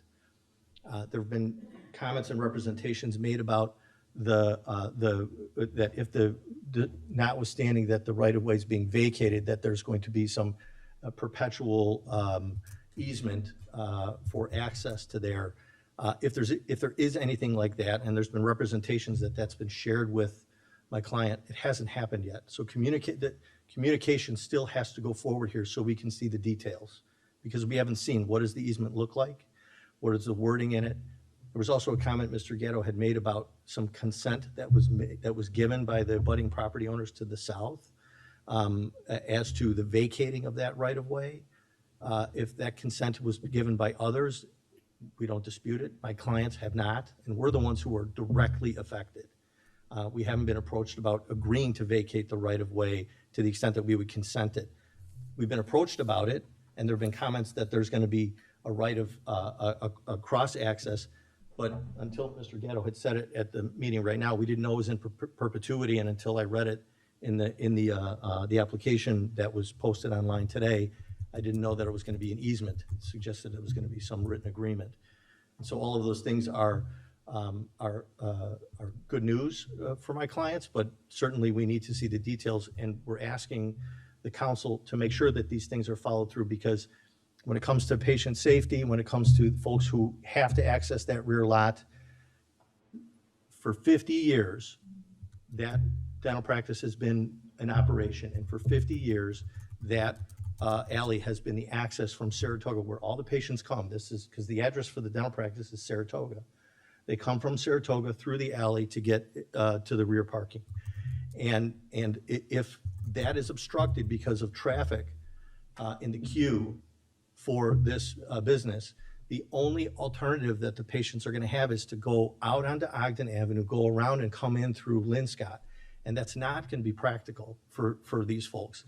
And then you think about those folks who, after their procedures, have to leave and can't go out the alley and have to go out Linscott and then turn right or turn left onto Ogden Avenue, when everyone knows, and as you've heard from the neighbors already, it backs up from Ogden, from the eastbound traffic backs up westbound well past the ingress-egress on those access points from eastbound Ogden Avenue, that it's going to be an impairment on the population of this dental practice who are frankly in most need of ease of ingress and egress, particularly after any dental procedures. So I'm here to make the council aware of these specific issues as to the immediately abutting dental practice, the welfare of those patients, particularly those who have disability or handicap, who have to use that rear lot, and for which the easiest and most used access has always come off of Saratoga. And to be able to use that alley without any impairment, which raises, I think, the final issue which has been talked about, which is the grand opening concept here. It's been floated that it's going to be 6 weeks. I saw one of the diagrams in the application that the developer had submitted that showed that during the grand opening, the queue for the ingress is actually going to be limited to coming off of Saratoga to get into the double lines of the drive-through. And if that is in fact true, that's going to be a complete blocking while it's busy, where it's queuing through, which who knows what times of day that's going to be. But any access, patient access to the rear lot from Saratoga westbound on that alley, and again, without any certainty as to how long this period of grand opening is going to last, and how long the practice is going to have to notify patients, be aware of this, plan ahead, whatever it's going to be. That uncertainty is just going to create more problems for these patients who don't need any more problems, candidly. So from all those points, we're asking you to take a very close look and not only for what all the folks have come to talk about, to the general impact to the to the Downers Grove community, but to this patient population for this dental practice as well, to make sure these folks are taken care of, and hope that the developer communicates with us so we have some clear indications of what the cross access easement looks like, and some definitive information about the period for the grand opening. Thanks for your time.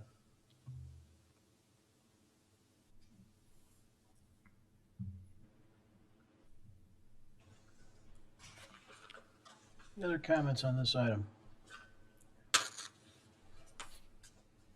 Good evening again, everybody. Brian Gay, Downers Grove Economic Development Corporation. I'm here tonight to voice support for the petitioner and the project and recommend its approval.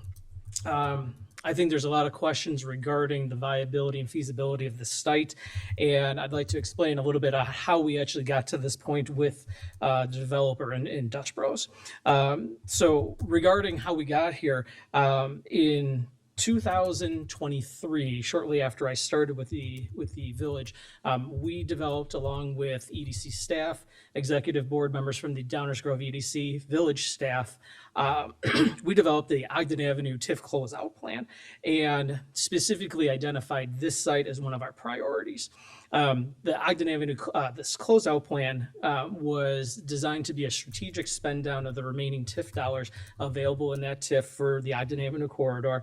To date, we've had 4 successful projects identified, either completed or started within the corridor, those being Pearl Motors and now the Fields Auto Group with the Rolls-Royce dealership, Andy's Frozen Custard, which opened earlier this year, 1252 Ogden Avenue, which we mentioned earlier, that's going to be the Qdoba and Protein Bar, 535 Ogden Avenue, which is going to be the Cargo Coffee.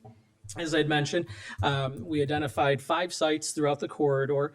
Some of those that I just mentioned were part of that. But really, we identified a kind of the reasoning or the backing for doing this is to identify sales tax producers, and more specifically food and beverage producers that would supply a long-term return on our investment for these TIF expenditures. As I had mentioned, Saratoga and Ogden Avenue, this site specifically was our #1 priority as part of this plan. We did identify early on that there were some issues with the site in general, just due to kind of its assemblage. It was owned by 2 owners in particular. They had varying depths, sizes, everything else like that, just created some difficulty in doing that. But to the developer's credit, kind of worked through that. But again, more to the reasoning as to why we identified it, as I mentioned, it has been already mentioned, long vacant site. So Welsh Engineering had that site had been vacant for over 10 plus years, working with the owner of that property there. We had identified it was at least $200,000 to actually bring that up to ADA standards, along with others that made redevelopment or filling that site not feasible at this point. With Remax, it had actually been vacant for 2 years prior to that, and actually as we were developing this plan, we had found out that that Remax at that time would be vacating it. So again, another issue. The site itself being located strategically on a lighted intersection was one of those primary focuses. When citing a high volume user, whatever user that is, this is the site that you're looking for, and that it's 1 acre in size that would allow for appropriate engineering, movement on the site, and parking, so on and so forth. So again, this site was strategically identified for this particular use. Going forward, then, once we had the sites available, we then did a gap analysis of the Ogden Avenue corridor, trying to identify gaps within our service industries, within our retail industries, trying to, again, identify those large volume users, those users that were going to create both sales tax and food and beverage for the village. And we identified very early on with the developer, Dutch Bros. Going through our process, we developed this plan, we developed this project over a year in total, and estimate that the return on our investment is substantial, very similar to Andy's Frozen Custard. You know, it's on average estimated conservatively about $70,000 in annual sales tax generation for the village. They'd have about $2 million, $2.5 million in annual sales. And the nice thing about this is, again, because it's a food and beverage, we also get that additional tax there as well. I can say that throughout this process, and especially right before the Planning and Zoning Committee, as they are DGEDC board members, we did meet with the superintendents for District 58 and for 99, and during that meeting, they did not express any concerns and support, for the project. However, I will say that specific to that conversation, as Mr. Popovich had mentioned, the 4-foot fence at the front of the property with the dental office, that fence there to prevent children from crossing into that, crossing through that parking lot and through the stacking line in those cars was a direct result of those conversations. So again, I think in general, having reviewed the project, working with the developer, with the business, we did present this to the EDC's executive committee in April, and based on the criteria for the project, as well as kind of the standards set within the Ogden Avenue TIF closeout plan, was unanimously approved by the EDC committee 10-0 with a recommendation for the use of $1.2 million in TIF reimbursement for the project. So thank you very much.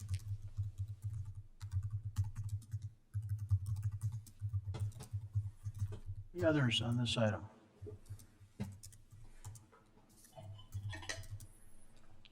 Okay, we'll continue with our council conversation. Please remember, hang on one second, you can come up in just a minute. Please remember that we will continue this, tonight will not be any decision making. So come on down, go ahead. Good evening. I apologize. I was a walk-in today, so I'll come better prepared next time. But my name is Lauren Byer. I'm a resident of Downers Grove. I've been here about 3 years. I work as a hospice care consultant in the community. So my goal for everybody, no matter what age, is quality of life.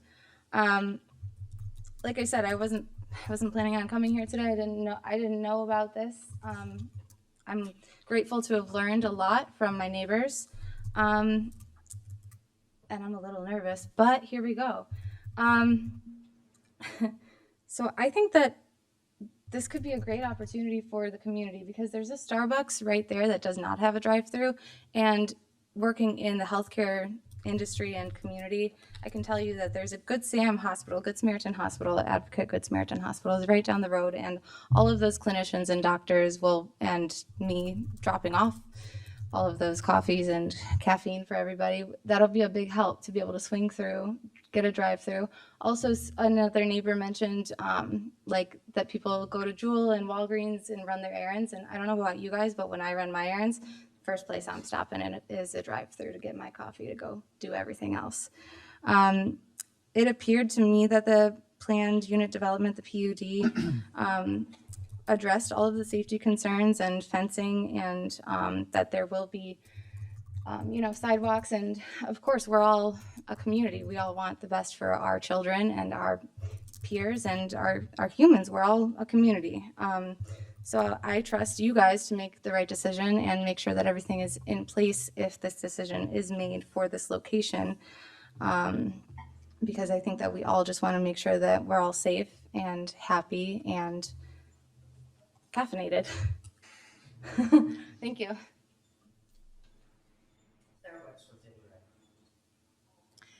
Anyone else? Anyone else? Anyone else comments on this agenda item? Okay, council comments, questions? Mike? I'm happy to start us off. Start us off. So, before I get into some of the substance, maybe just a few points on process. First, regarding the Plan Commission review, really appreciate the work that the group puts in, the time that they put in, and I know that they're well-intentioned. But when I look at all of the criteria that we're supposed to judge this by, the number of check boxes is substantial. There are rightfully concerns about the traffic, rightfully concerns about pedestrians, and how all this functions.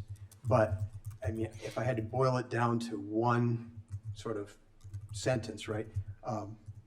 It almost seems like I have these concerns, I ask the questions, I get the answers, and then I say, I don't believe you. It just feels like it's too intense for this site. I don't have anything to really base that on, just that's how it feels to me. I mean, one of the commissioners went so far as to suggest that they felt like maybe a parking lot was the best thing for this site. It's right there in the minutes. I just don't know what to say to that. It's completely contrary to our comprehensive plan. When you look at what we're looking to do here, this is in direct response to all of those things that are, and you guys can all, I'm sure you've all got your notes and you'll share some details. I can count on you guys for that. But so I'm not gonna go through the long list, except to say that it makes great sense that staff would be recommending this, because when you look at the criteria that we together developed in conjunction with the community over a couple of years, all that hard work, and we put something like this out there, and then somebody comes to us with a proposal that mostly aligns with all of that request, it makes sense that staff would say, hey, this is what you guys were asking for, so here we are. I much would have preferred that our plan commission sent it with a favorable review, but with some concerns, right? Just to say, hey, look, I think maybe you guys need to talk about this a little bit more, but you know, in total, it feels like this should move forward. That would have been, I think, more helpful, because when we have these kinds of votes, and it seems like deja vu all over again. I've got a commission that is thinking more about what they think versus what has been laid out in front of them in terms of the comprehensive planning and the ordinances that we have and alignment and looking at those standards. I mean, there's essentially three things that we're looking at here, right? And if it wasn't for these three things, this could almost be allowed by right.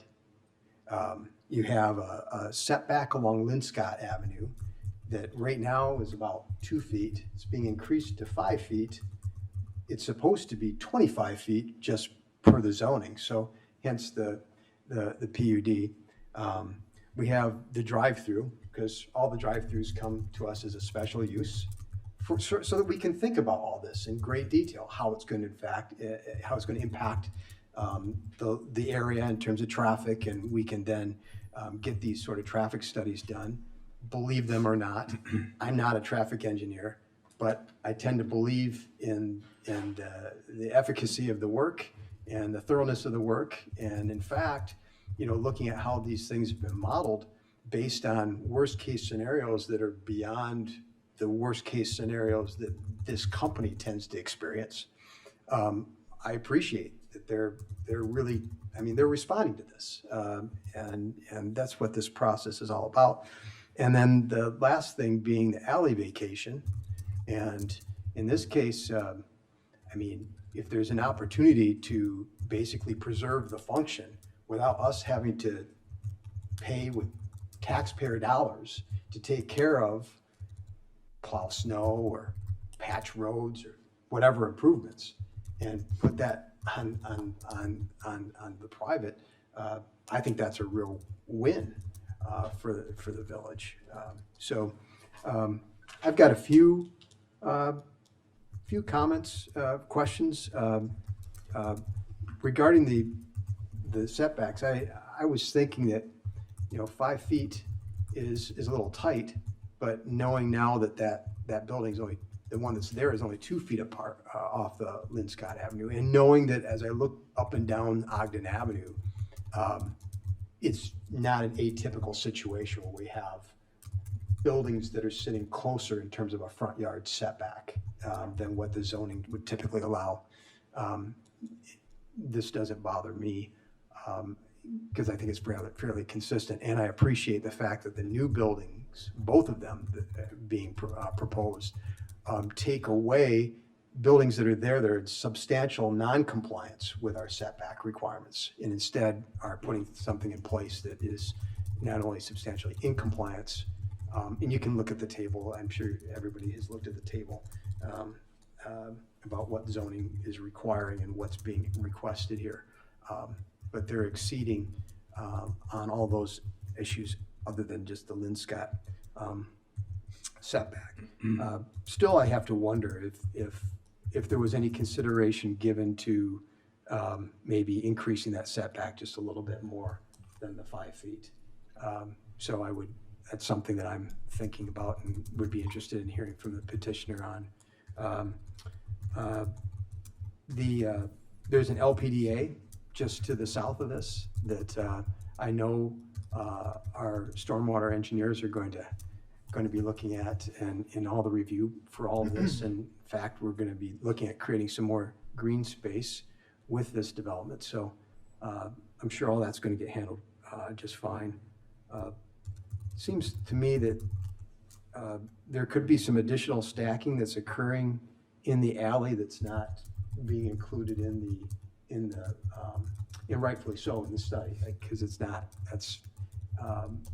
that's not how this is supposed to be designed. But in reality, we know that there will be some additional cars that'll be able to stack up along in the alley.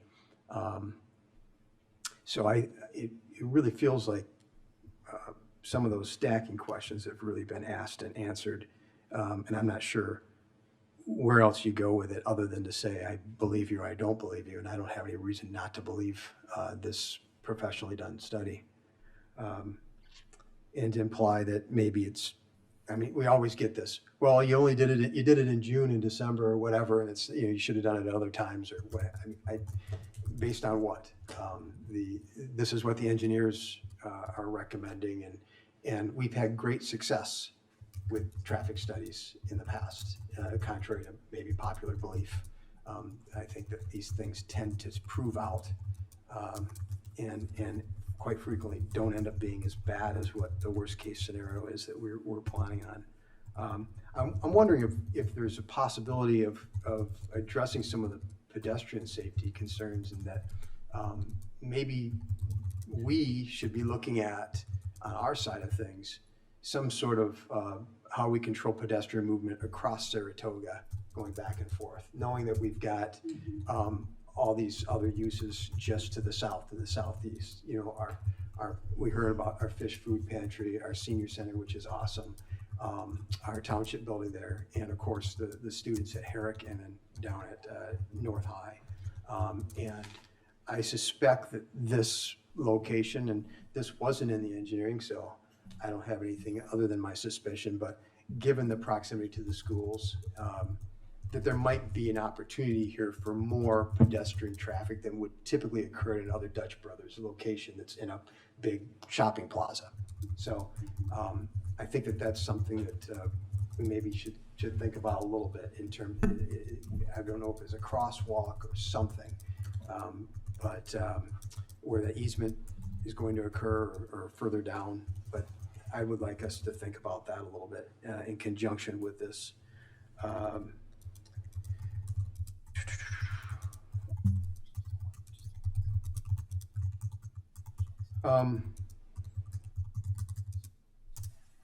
Seems to me too that there's been an awful lot of talk about the necessary access to not only the school but the dental building and then the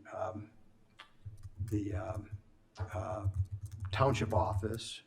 And I think as far as the township office is concerned, certainly there's some access there from Prince Street instead of Saratoga. Saratoga is not the only way in for the township building.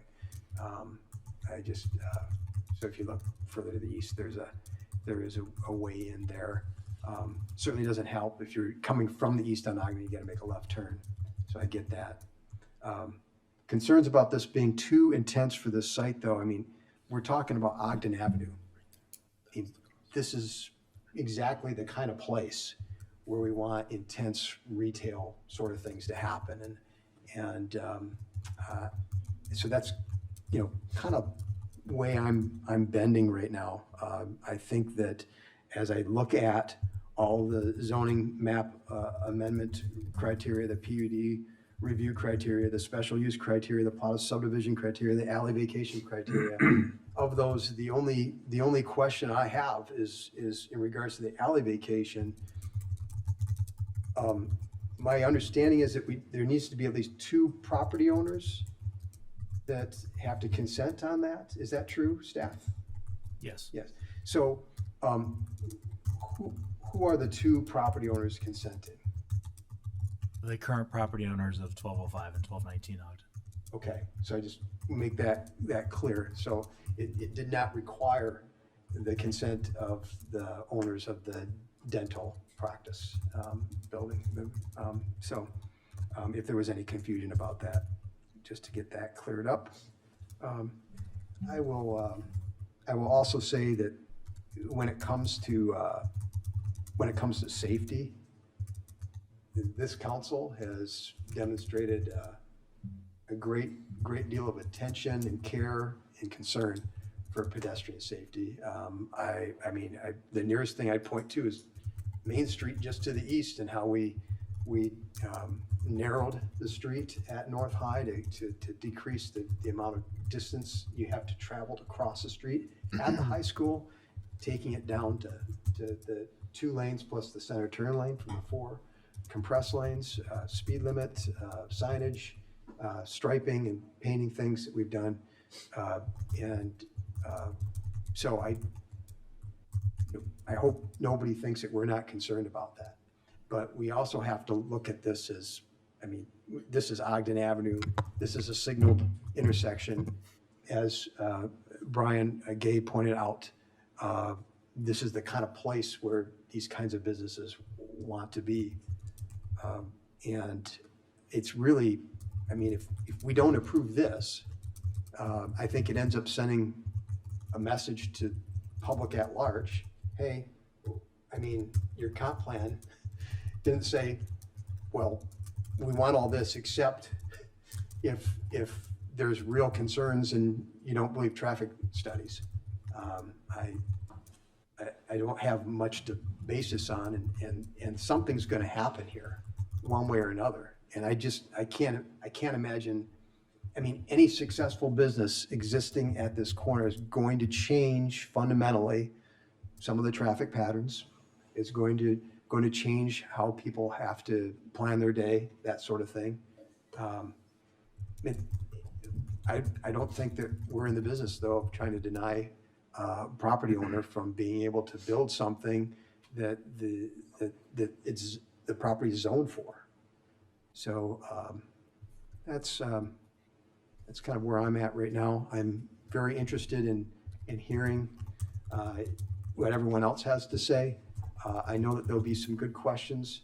My good friend Chris Kilmartin and I actually just got together because we are friends. Mike. And he, So nice. and he mentioned a couple things to me last night that I thought, were intriguing questions. So I know. Don't give it away. I know, I'm not going to. Right. I know you're gonna, and certainly, I mean, if there's some additional conditions or something we should throw on this, I'm all ears. I've already expressed some of my concerns and some questions. So turn it back over to you, Mayor. Thank you. I just want to pick up a little bit on what you just mentioned at the very end there about conditions, and just remind everybody we do in this process have the ability to place conditions on a variety of things as it relates to managing what we believe to be the public risks to the site. So they have to be connected in some logical way. They can't be free coffee for the council.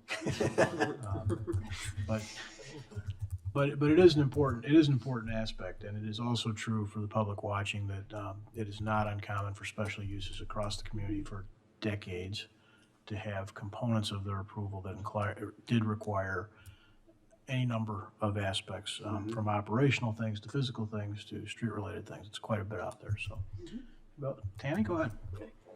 In the spirit of not repeating what co-commissioner said, because Commissioner Davenport did a great job and I agree with everything he said, something struck me when I was listening to comments from the public.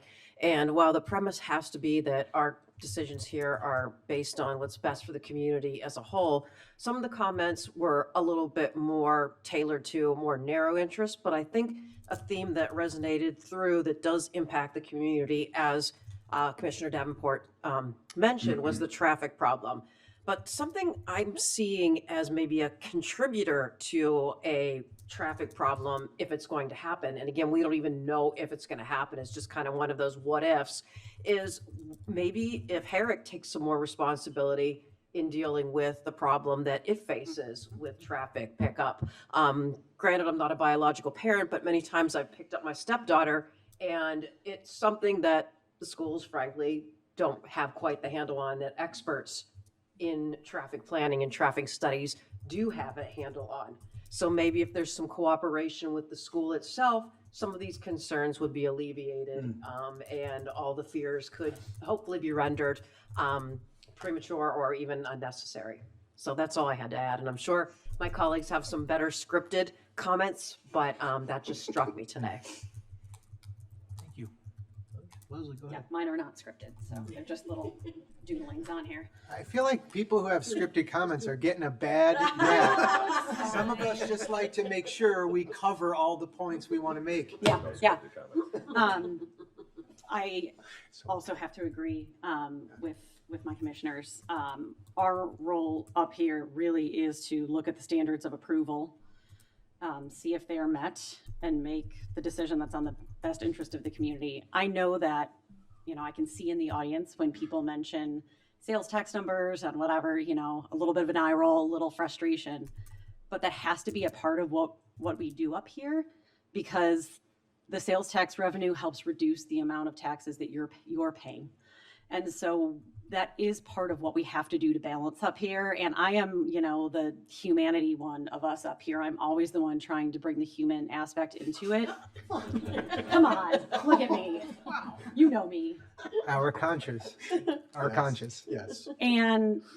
But the reality is, we still do have standards that we should be looking at, and we still do have to think about the economic impact in the village and what is going to be sustainable in the long term, because it does have an impact on the quality of life for all of our residents.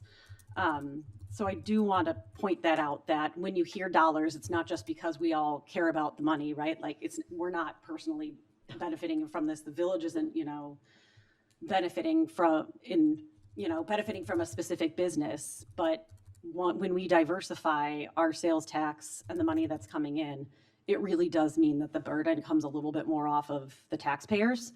And as we know, we've been going through our long range plan, and if everybody stays for the second round of it, our pension obligations, which are incredibly well earned by our first responders, but we know are going to be increasing at a pretty exponential rate. So we really do have to think critically about, are these standards met, and is this something that we do think is going to be in the value of the larger community? And so in this case, I do think that the developer has worked extensively with staff and with neighbors to alleviate some of the concerns. I do appreciate a lot of the changes that have been made. I have even seen changes from the Planning and Zoning Commission meeting to here, and that is encouraging for me. I do have a few questions and a few things that I would like to see that hopefully should not be brutal. I agree with the Saratoga pedestrian access. Kids are kids, and realistically, I think we as a village should actually be looking at that and figuring out what pedestrian safety could go into that. And it should absolutely be in conversation with the developers. I do wonder if they're having conversations with the township building about this, just to see if they have any feedback. So that is something that I would like to hear. I know the fish pantry operates on the Saratoga side, if I'm not mistaken. So I would like to hear a little bit more from the township about if they see that, this is going to be any major burden. Just having those conversations are important.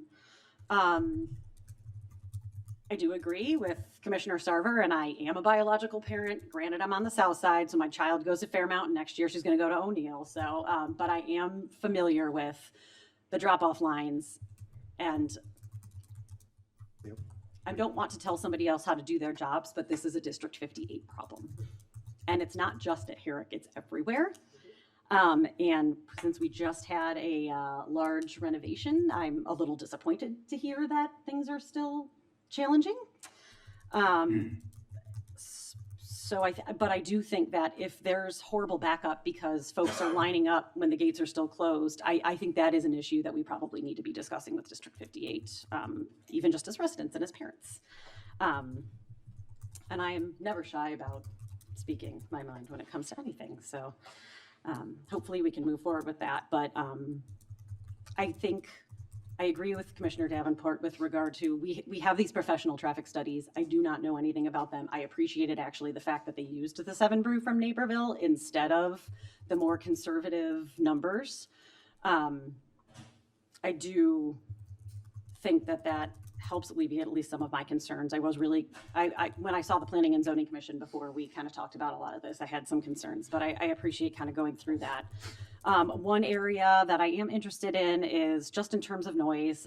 Since there are people running out, hopefully that means that there will be less kind of ambient noise coming from it than with a typical drive-through, because you're having kind of one-on-one conversations to the car. So that's a little bit encouraging, but I would be interested in seeing if there's any sort of landscaping or anything that we can do to just kind of add to that, because that really can help with that sound buffer and can really help with those property owners.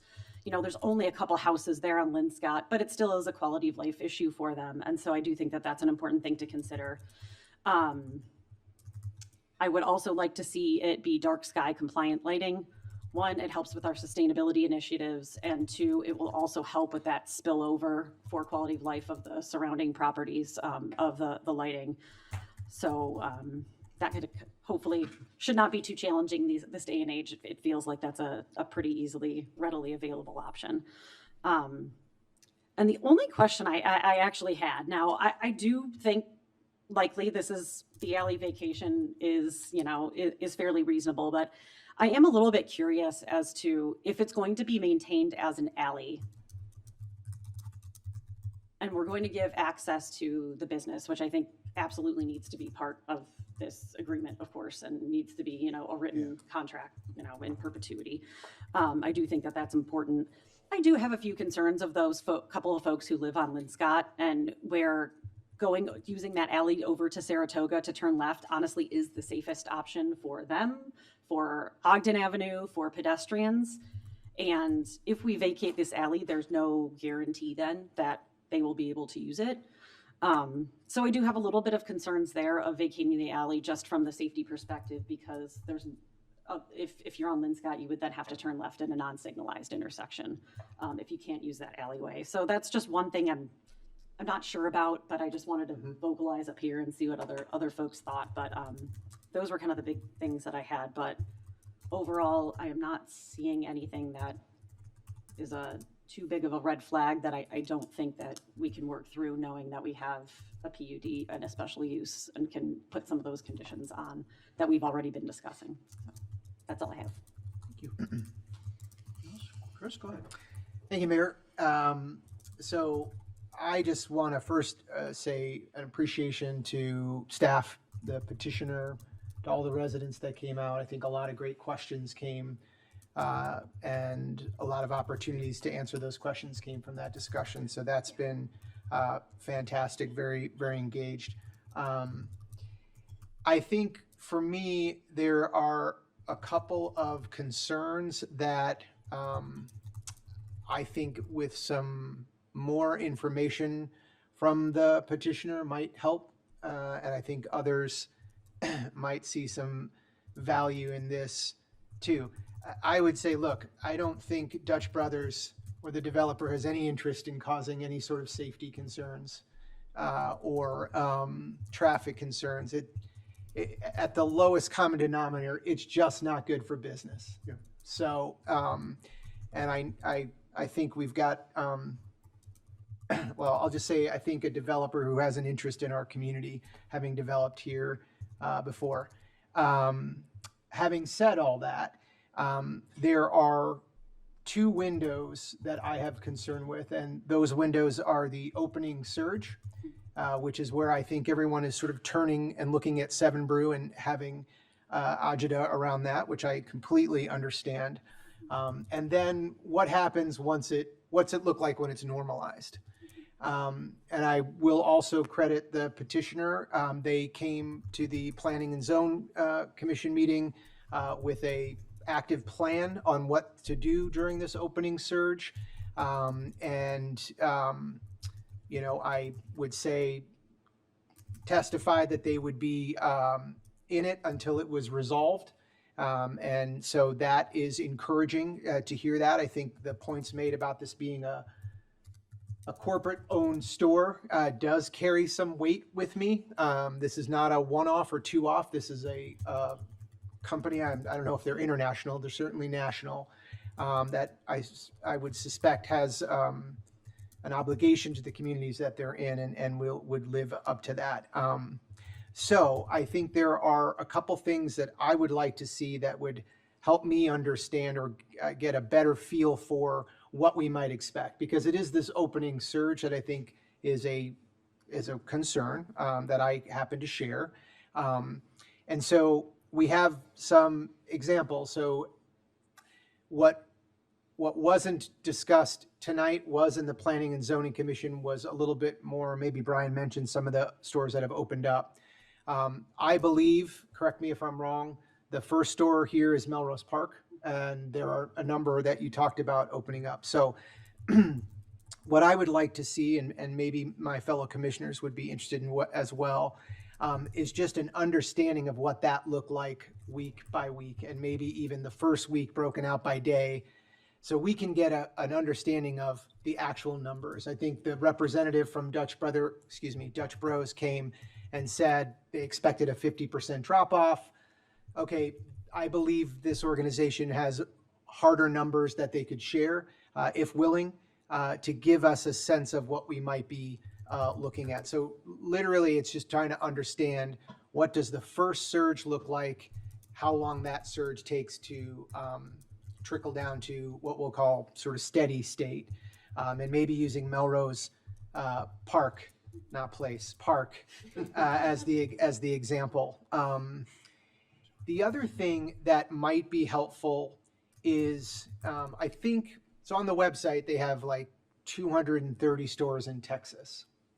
And that has come from 21 to 26. So I think the idea that they are a distributed model is pretty evident just in that, from my perspective. What I would like to understand, because the case I think was made that we've got a Glen Ellen and a Darien and a LaGrange and these other stores that are potentially some of them being finished before ours might be. And if they could give us harder dates on that, that would be great to know. But I would love to get some actual data on sort of what those additional store openings did for the next one, right? So in a scenario, you could think Downers Grove is fifth in line, right? So we saw what happened in Melrose Park. It was a first Dutch Brothers in Illinois. I'm sure attracted much more. With each store that's opened, what does that next store experience in terms of that rush and that fall off? If we could get information on that, let's call the radius 10 miles, 15 miles, whatever even the traffic study might think would be comparative. I think that would be helpful to see, so we can understand not only, again, the first ask, what does the first one look like as the worst case scenario, but then what do maybe subsequent ones look like and the impact there? Yeah. Since we only have one locally opened up, I have to choose another submarket. The Texas example is a great one. Perfect. Yep. You're okay with using that? Texas would be great if you could also look at it in sort of like the first to fifth, right? What was the first in a sort of a similar, doesn't have to be the very first, but in a similar radius, if you can find where 5 were opened, that would give us an idea of what the trickle down effect might be. Texas is fine. Publicly traded company. Understood. Very emotional on Understand. data. I will try Understand. my best. Okay, appreciate that. Appreciate that. Yeah. And then, as far as the traffic study goes, I agree with you, Mike, experts for sure. I do have a little bit of an issue about the June take number versus what we're going to likely see. It was brought up the meeting, and someone even mentioned it tonight. We have another grade level going into that school. For me, I feel like while the study is probably, it's valid, it may not be capturing what the actual case will be, given that extra. So at the very least, the other thing I noticed is that there were a lot of average, like it was average hourly and maybe the 15 minutes. I think you brought some of that tonight, but I feel like we need to feel like I would like to see maybe more in the rush of what the current capacity at Herrick and North is gonna be. There was also discussions at the PZC about the time in line, and maybe the representative who was here tonight from Dutch Bros. I have a couple questions about that, if you don't mind. So if you can maybe come up. The first is, and as was mentioned, it's a public company, so obviously share what you can, but I think I would like an understanding of how many orders are typically rough percentage pre-order versus ordered in line. Yeah, definitely. And I can answer some of those questions. And even on Texas, fun fact, I opened Texas. Oh, so okay. I was an operator in Texas. I was the 4th location to the market and Yeehaw. helped open the 20 locations before taking a new job. But so I've got some insight on Texas if you want that too. But to explain kind of the order taking, I'll use our shop. I'll use Crown Point, Indiana. It was our first, I know that's still an hour 15 from here, but we have order ahead and we've been open 90 days. So at peak, our order ahead percentage is about 35% of our sales. And on non-peak, an average of 24% of non-peak. Okay. And then do you have any sense, there was some times thrown around at the last meeting about 105 seconds, 294 seconds from the time someone pulls onto the property to the time they get their drink. Is there? Yeah. So, Kimley Horn will be able to touch on the exact okay. number that they pulled on the traffic study. Yeah. Cause my data is more of how much time is spent at the window, which is under a minute, but, Time correct at the me if I'm window, wrong. It's under 5 minutes.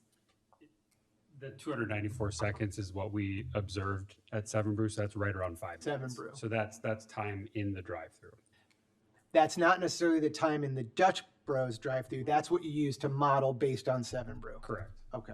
Yes. Okay. That's helpful. And I think something to touch on the Seven Brew in Naperville, they also, it's kind of like the Melrose Park anomaly. Naperville, there is no Seven Brew super close to that location. And so as we talk about this location, we'll have about 20 locations prior to Downers Grove, with 2 being 4 miles apart. So to speak on Glen Ellen and Darien will break ground this month. We're in August, this month. And then Glen Ellen just got full approval. So we're in the permitting process with them. So I would assume both of those open up before this one. Okay. That's helpful.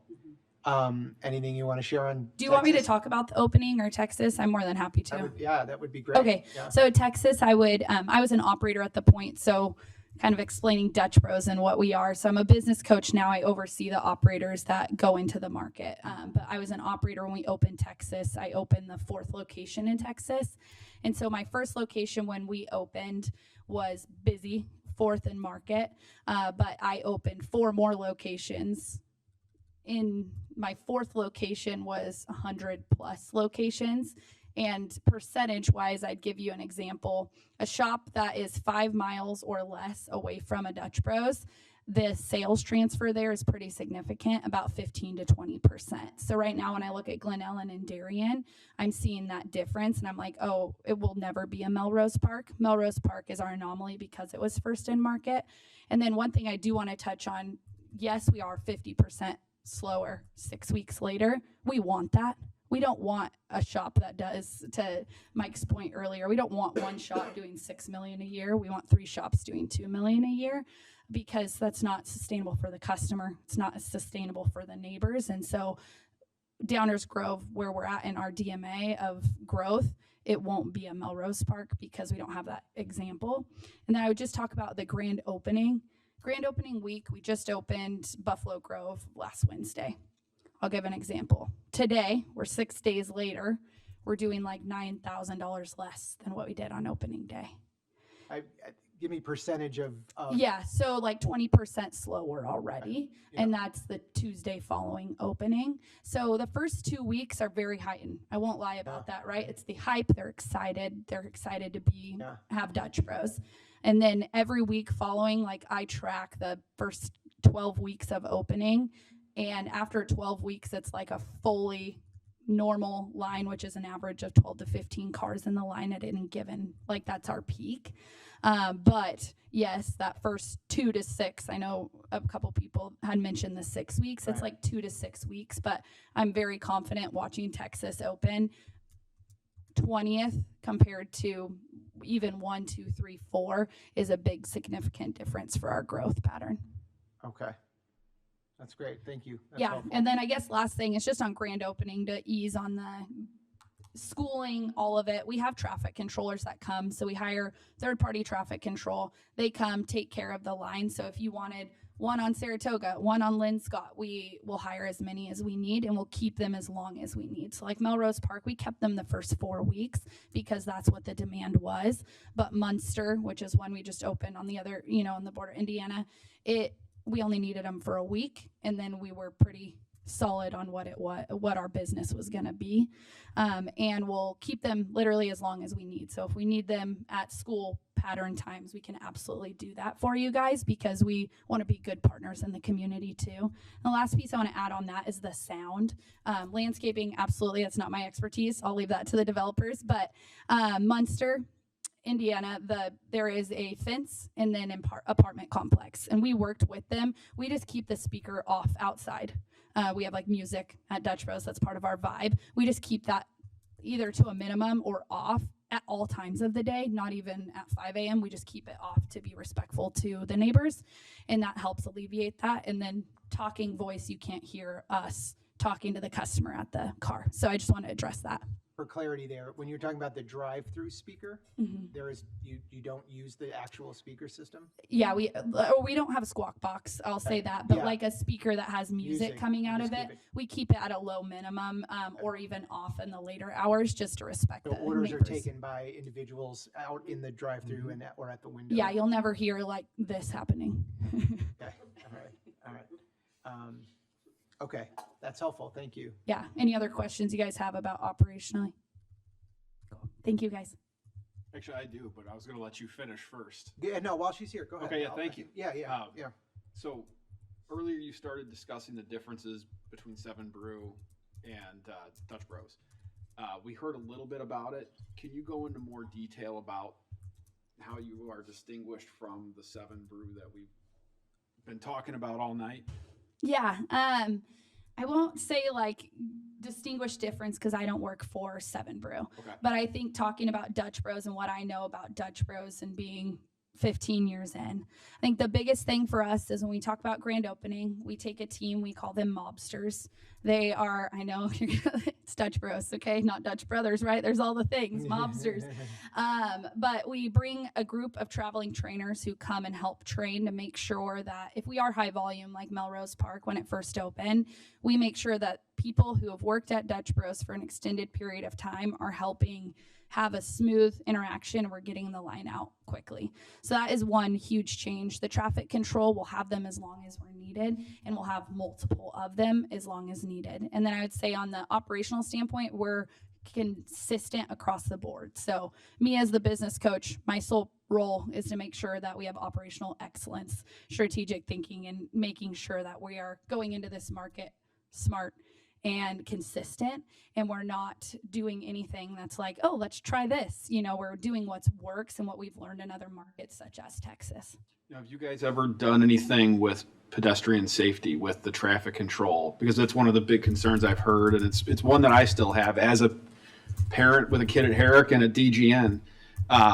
I think the concerns for the traffic and for the pedestrian safety is valid for this location. Is that something that Dutch Bros has done before, or would be willing to work with the schools in the village to make sure that pedestrian safety and children's safety walking to school was considered? Yeah, absolutely. And I think that's something, we're in high school parking lots in some of these locations. Like in one of my shops in Texas, you could walk to the high school across the street, and 3 p.m. became, the kids were excited to get their Dutch Bros at high school. And so we would have one of our, we call them broistas. You're going to laugh at all of our terminology.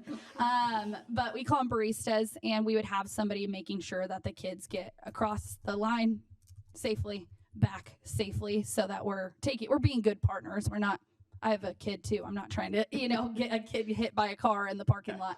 And so we have those set in place. So if we open and we see, there is an extensive amount of children walking across, we would do our due diligence to make sure that we have people on staff to take care of that, and signage as well to make sure that we're being good partners and protecting the community, especially middle school kids. Yeah, I appreciate that. That's my next question was, is there another Dutch Bros that we can use an example of to model that's next to a school? Because that's really what this all boils down to is, does the traffic that this is going to generate, is this going to create a problem on Saratoga and with pedestrian safety and with 2 schools that are in their backyard?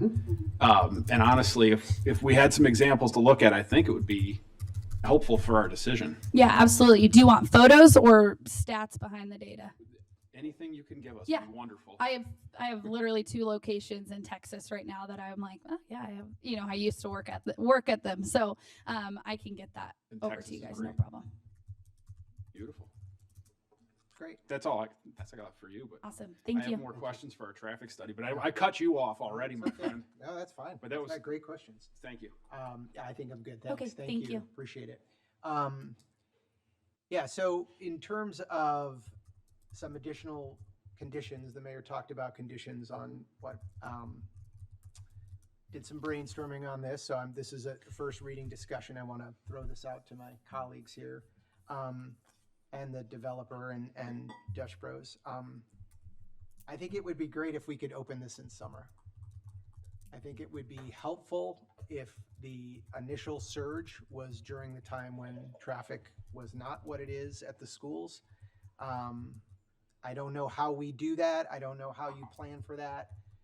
To me, I think that is a soft landing of this location. I also, in the initial opening plan, and correct me if I'm wrong, but the developer, I think, has agreed to not develop the other side. You mentioned that tonight. Phase 2 doesn't happen until we've settled. But there are, I think, regulations that once they raise that second building, they have to return it to green space within a couple of months or something like that. And when I looked at the image, which wasn't here tonight, but was in the packet, and I think you guys showed at the PZC, was sort of using the parking spaces that are designed for 1219 as additional flow, right? Additional capacity on the site. One of the thoughts I had, is there any reason you can't use that entire plot for additional storage isn't the right word, capacity, queuing? And if it means we have to maybe adjust what the village requires you to do for that short period of time, I would certainly be open to that. But if that would open up an additional capacity for that initial, since you're willing to hold off on that anyway, that's something I might be interested in seeing. But I think it would also be great if we could get some counts when school is in session in a few weeks.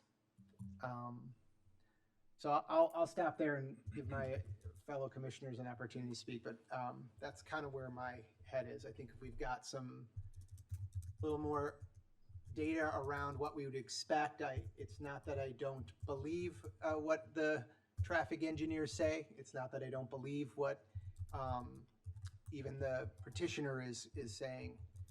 Yeah, some numbers behind that I think would get me more comfortable and to a yes. But lest anyone think this community is not focused on safety, not focused on making sure we're making the right decisions. And it has already been said, but important to, I think, reiterate, this is exactly what we were looking for this spot. So that's where my head is today, and I appreciate the time. Thanks, Mayor. Rob, you want to pick up where you left off? Yeah, actually, I've got questions for our traffic expert. And I apologize, you're gonna have to talk to me like a caveman up here. I need a bit of an education, and I'm taking this as an opportunity to get one because I'm struggling with getting from all of those tables. You know, we have 463 pages to get through in 3 days. And something that Leslie touched on, and I've been sitting up here just over a year. So I'm a little new at some of this stuff. So I would really appreciate if you could explain it. It might be helpful for our 10 viewers and the people in the audience to hear how you got from all of the information, the 80, you know, it looks like it's like roughly 80 cars an hour is what we're looking at, kind of compiled, averaging between 7 Brew, but also the Indiana locations. How do we get from that information to your estimate averaging 11 cars in the queue? Because I like the slide you gave us with the little red line and said this is where it's going to average at peak times. I think it'd be helpful to hear from you how you got to that. Plus, I would like to learn something. Understood. So the 80 cars in a given hour is based on what we observed from 7 Brew. We also have our comparable data for the stores that are open in the area from Dutch Bros.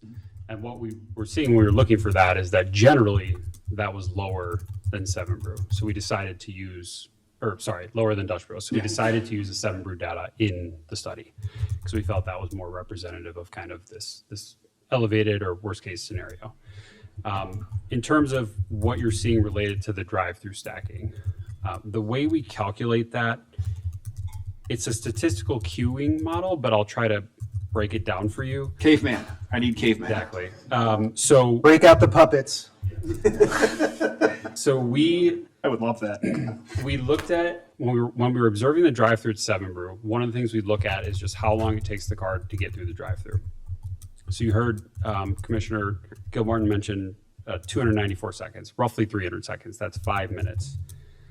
So we take that 5 minutes or 300 seconds, and then we divide that over the service area of the drive-through. And what the service area is basically where the runners in the drive-through are taking orders. So how many spaces are they taking orders in? Generally, that ranges depending on the time of day, right? So when they're busier, they have more people out there with a higher ability to take more orders in more spaces because they need to move the line quicker. So just an example here, service area of roughly 10 vehicles. So if you're taking 5 minutes to get through the line, 300 seconds, over 10 vehicles, you can get an average service rate of roughly how long it takes for one of those runners to complete a transaction and service a vehicle. So if you're taking 300 over 10, you're getting roughly 30 seconds a car. So that is like someone pulling up to the person running. They're telling them what they want, placing the order in roughly 30 seconds. You heard Allie mention that she has a high percentage of mobile orders. So that is people who already placed their order that are just pulling up and driving straight on through and saying, I have a mobile order. So they're functionally, a few seconds. So we're averaging between those people who are just driving straight through and the people who are, looking at the menu board before they get to the server and then placing their order and moving through. So roughly 30 seconds of a car. An hour is roughly 3,600 seconds. So using 30 seconds a car, if we have 3,600 seconds, we can divide those two and figure out how many vehicles roughly this drive-through can service in an hour. So if we take 3,600 seconds for an hour, divide that by 30 seconds per vehicle, that generally gives us an idea of the service rate. So how many cars this drive-through can push through it in an hour. So what we're seeing with Dutch Bros here is that equates to roughly 120 vehicles an hour. And so if you start to push into that 120 and above, that's where you're going to start seeing issues in the drive-through. And you heard us mentioning 80 vehicles in an hour. So if they're doing 80 vehicles in an hour, but they can service 120, you're going to be at a good spot. You're going to be in that roughly 10 to 11 to 15 cars queue in the stack. But when you start to push a little bit higher, so they might have, periods within that hour where more cars are coming in, that's where you'll start to see that stack, push past that period. But for the most part, we've done this for a number of different coffee shops. This is a good way to look at it, and we do feel confident in the numbers we provide. So how do we get, and this is a dumb question probably, but the numbers we heard with 7 Brew was 4 minutes in order. Wasn't it? This one we're using 5. That's fine. This one we're saying 30 seconds in order. I know that this is not so 5 minutes, custom. Just 5 minutes 5 through minutes. the drive-through total. Oh, so this calculation is 5 minutes through Through the drive-through. Okay. Yes. 30 I got seconds. caught up on the 30 seconds. 30 thing. seconds is like you pull up to that runner Yeah. and they take your order Okay. in 30 seconds. So your 11 cars is assuming it's 5 minutes to basically pull in from whichever location and get out. Cycle through. Yeah. And there's going to be periods, that's an average, right? Yeah. So there's going to be periods where it's longer. There's going to be periods where it's much shorter too. Okay. Did we do any analysis? And I know we did. I just don't know the extent on the queuing at Saratoga. How that can handle? Because that's our only westbound exit. Do we? Am I able to kind of point? It does, yeah. They just can't see that TV. We use the. We can see that one. Not helpful. We can see that We one. use the cursor. Does the cursor show up here? Kinda Use the works. cursor too. And the weekends, but I care less about weekends. I care about school time. Do we have the slide? Yeah. I just want to see the area. So just to be clear, I've been corrected properly. Yeah. There, you can go west from Linscott, but in reality, it's not safe. technically, but it's nobody's ever going to go west on it except on a. And I'm not worried about weekends but I'm worried about school time and when Saratoga's probably the only exit. Okay, perfect. Yes. Oh man, I angered. So when we collected our traffic data, we did collect it in the very beginning of June when school was still in session. And we specifically looked at queuing on the south leg, so Saratoga south of Ogden Avenue. And we looked at queuing from 7 to 10 a.m. and then also from 2 p.m. all the way to 4 p.m. So those peak windows when traffic would be highest.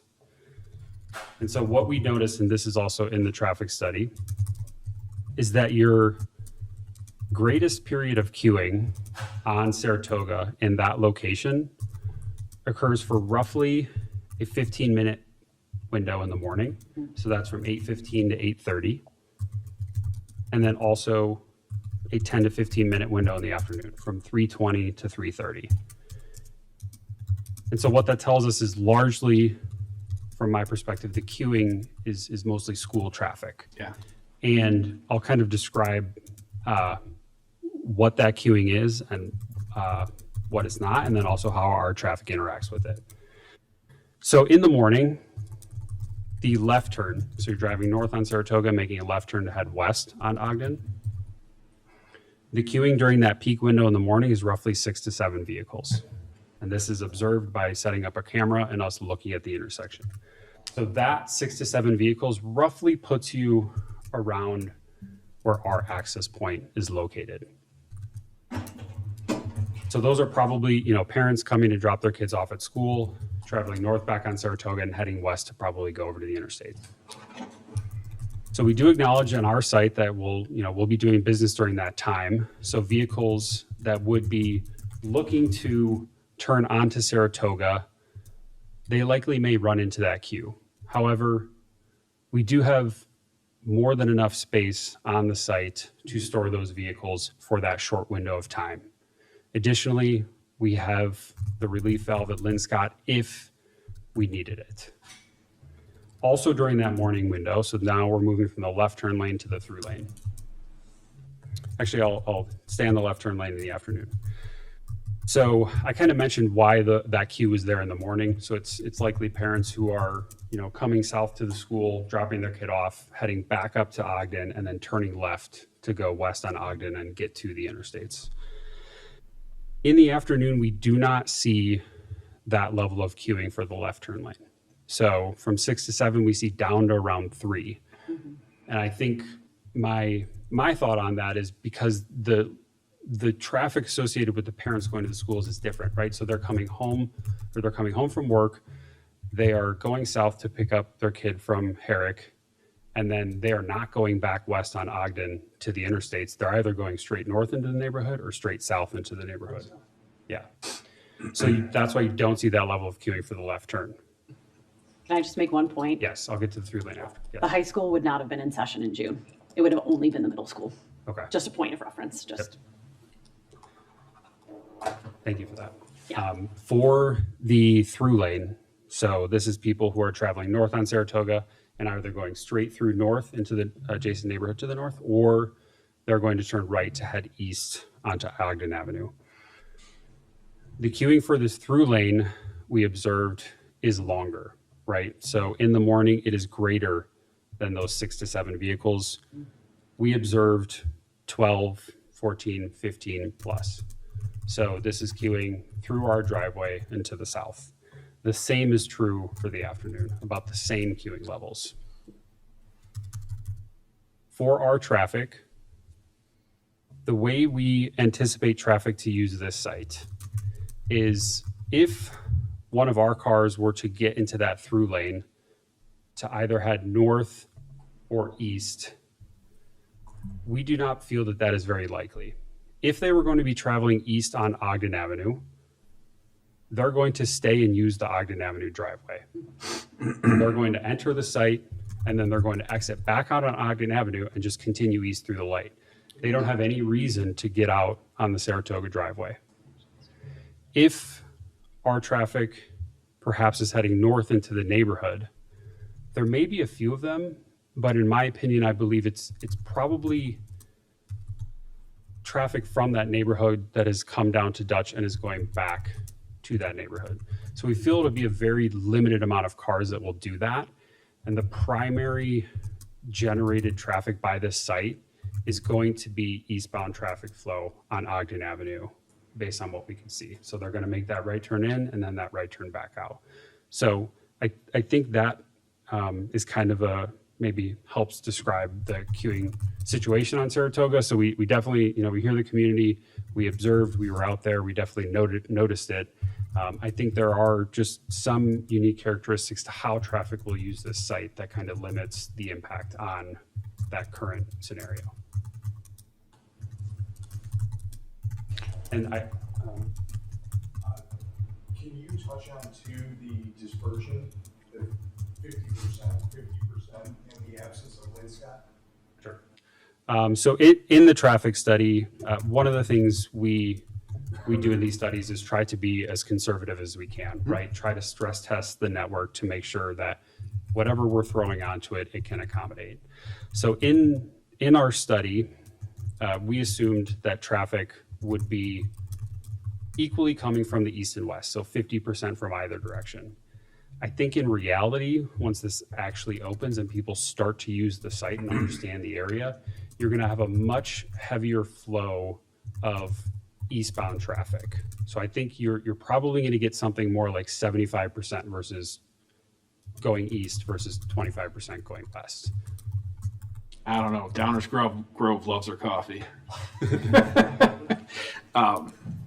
And we also did, I want to point out, so when we collected the data in June, we also, when we set up our cameras to record the intersections, we also collect pedestrian data as well. You So read I my can mind. just That was kind my of next question. highlight a little bit about what we saw out here.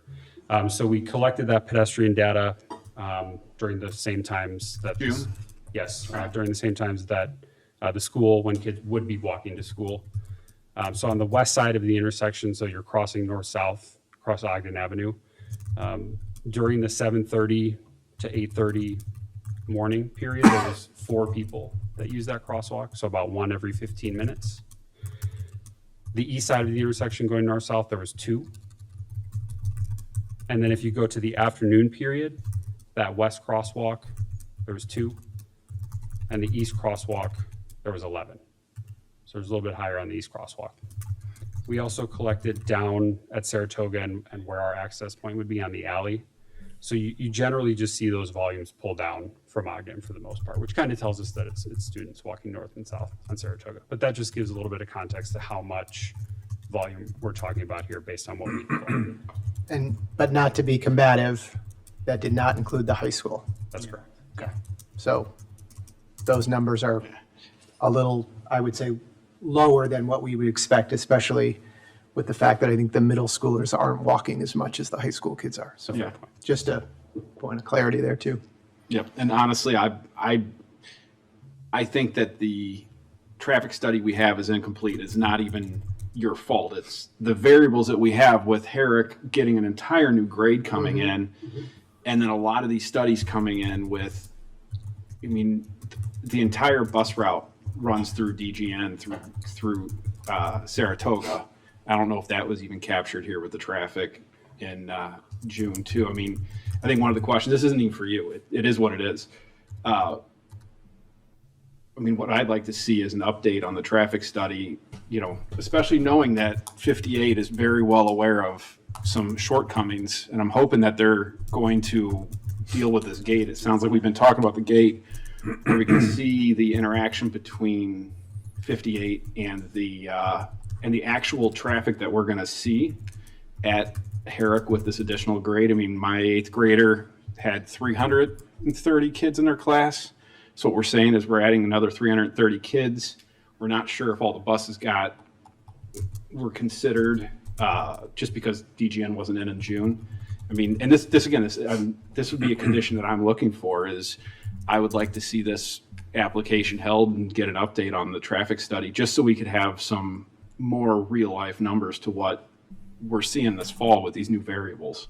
And I'd like to add on that. Oh, yeah. So when we work through these traffic studies, I mentioned that we do them according to the state or Illinois Department of Transportation guidelines.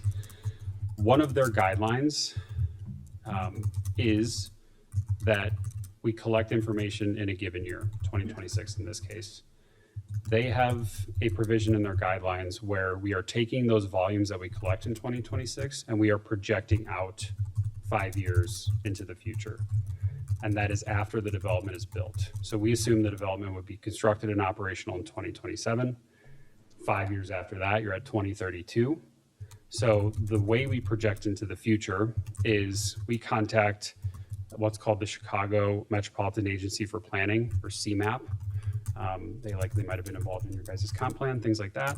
So some of my colleagues over at that agency, what they do is they maintain what's called a regional travel demand model. And they're taking into account, for the most part, a lot of different factors related to the region. So socioeconomic, demographics, development, and they're kind of monitoring that travel demand model. And through that, they're able to give us a projection for how much traffic will grow or perhaps not grow into the future for a given area. So for this area, their projection was that traffic would grow at roughly 0.5 percentage point per year. That compounds year over year, right? So that may not entirely capture exactly what we're talking about with the school, but it does increase the volumes by a decent amount when we're talking about the future.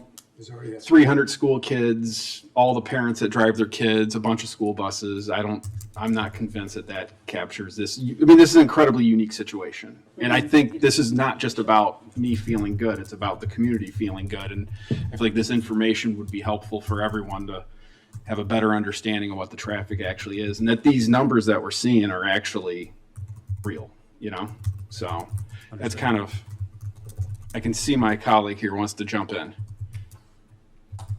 You done? I'm all done. Chris, go ahead. Thank you. Yeah, I think part of that uncertainty is, again, it's not I believe the models. I believe what you projected is right. I think there is some uncertainty with the added grade level, which is why I think the insurance on that is to make the site have more capacity to handle that, especially in the surge. I don't think this site has a problem. From what I've read, what I see, when this normalizes, this site's going to be just fine. It's the surge that I'm concerned about, the grand opening surge. So whatever we can do, in my humble opinion, to make this site have capacity on a temporary basis, if it has to be, I think that's a hedge worth considering. Thank you, Mayor. Thank you. Martin, you have anything you want to add? Yes, thank you, Mayor. We have 6 items actually before us on this matter, and I'm going to comment briefly on all of them because we should, although I'll get to the crux of the issue, which my colleagues have addressed, I think, in various ways in great detail. In a particular order. I'm going to start with item 9H, the ordinance approving redevelopment agreement with Downers Grove Equity Group, LLC. Dutch Brothers is a very desirable business.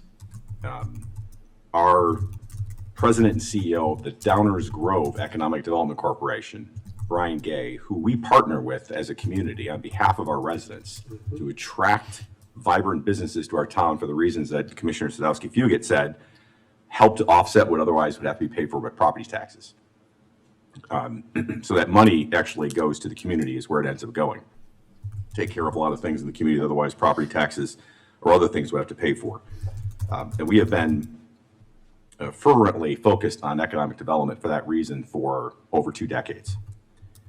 And people have various opinions about economic development, but it's very important to sustaining a affordable and vibrant community. So it's something that we spend a lot of time and effort on. And the Economic Development Corporation, as Mr. Gay mentioned, spends a great deal of time, and his voting board, the voting members, are your neighbors. They're Downers Grove residents. So yes, Dutch Brothers is a great business, and we invited you here. I mean, that's why you're here. I mean, we've been working with you. We wanted to bring you to town, and we worked with you actively. When I say we, I mean the broader group, village staff, and the Downers Grove Economic Corporation worked with you to pick this site. So I've heard a lot of comments about why this site, we can go anywhere else in town, why here? We want the business, love the business. I want to get my, I love some of the names of the beverages, by the way. They're I think it's an Annihilator or something like that. We may need some of those for some of these late council meetings. Yes.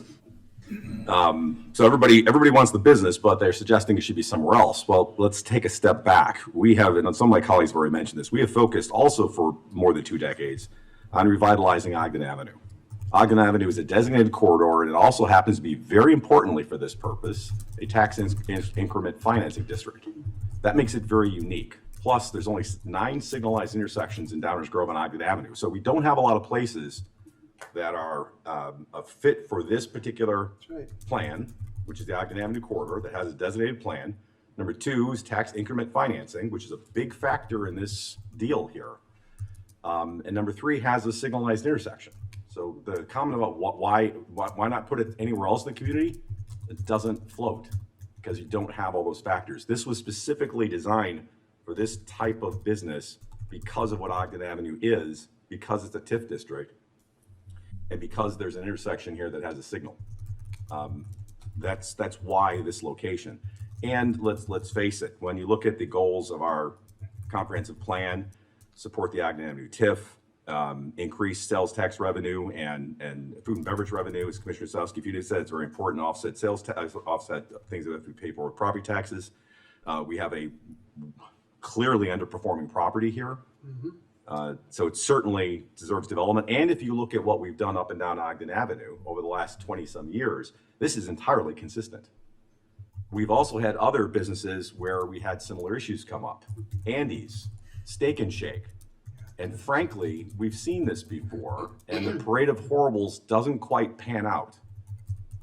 Now, all that said, and I'll come back to this in a minute, we do have a unique situation here because we have some unknowns. We have the unknowns about this particular business. We have unknowns about this particular business in proximity to schools.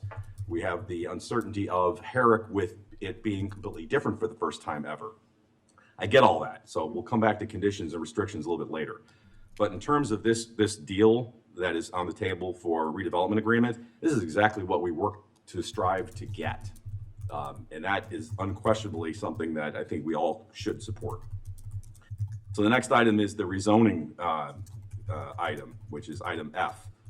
And I won't go through the standards for rezoning, but that's pretty easy, again, because this is Ogden Avenue, the related businesses, the related land uses. This is just exactly what you want to be doing with this kind of property.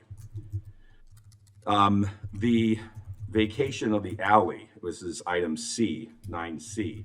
We have a policy for it, and actually I was looking for it and couldn't get my hands on it, but it would be good to see a full copy of Resolution 2003-58, which is our property vacation policy, so that we can put to rest any issues about it. The one point about the compensation is normally we don't have to, but normally we would require some compensation. But because this is part of a deal that we put together as part of a redevelopment of a property, that's part of our contribution to the deal. So that doesn't bother me. But I do want to make sure that everyone's looked at everything in that policy because it's worked very well for us. But having said that, under these circumstances, I think the compensation issue is a no-brainer. This appears to be consistent with our vacation policy, subject to confirming that. We have consistently tried to add lot depth to support new businesses along Ogden Avenue for, again, over 20 years. Key example of doing that exact same thing here. And also consistent with not only our comprehensive plan, but going all the way back to the Ogden Avenue Master Plan many, many years ago. So that one's easy. The next one, the fourth item is item 9D, approval of the plat of subdivision. For similar reasons with the rezoning, this is an easy one given the nature of Ogden Avenue, given the nature of the business, and given the nature of the other businesses up and down in Ogden, and frankly, given the trend of development in the neighborhood. I bet you haven't heard me say that in about 10 years.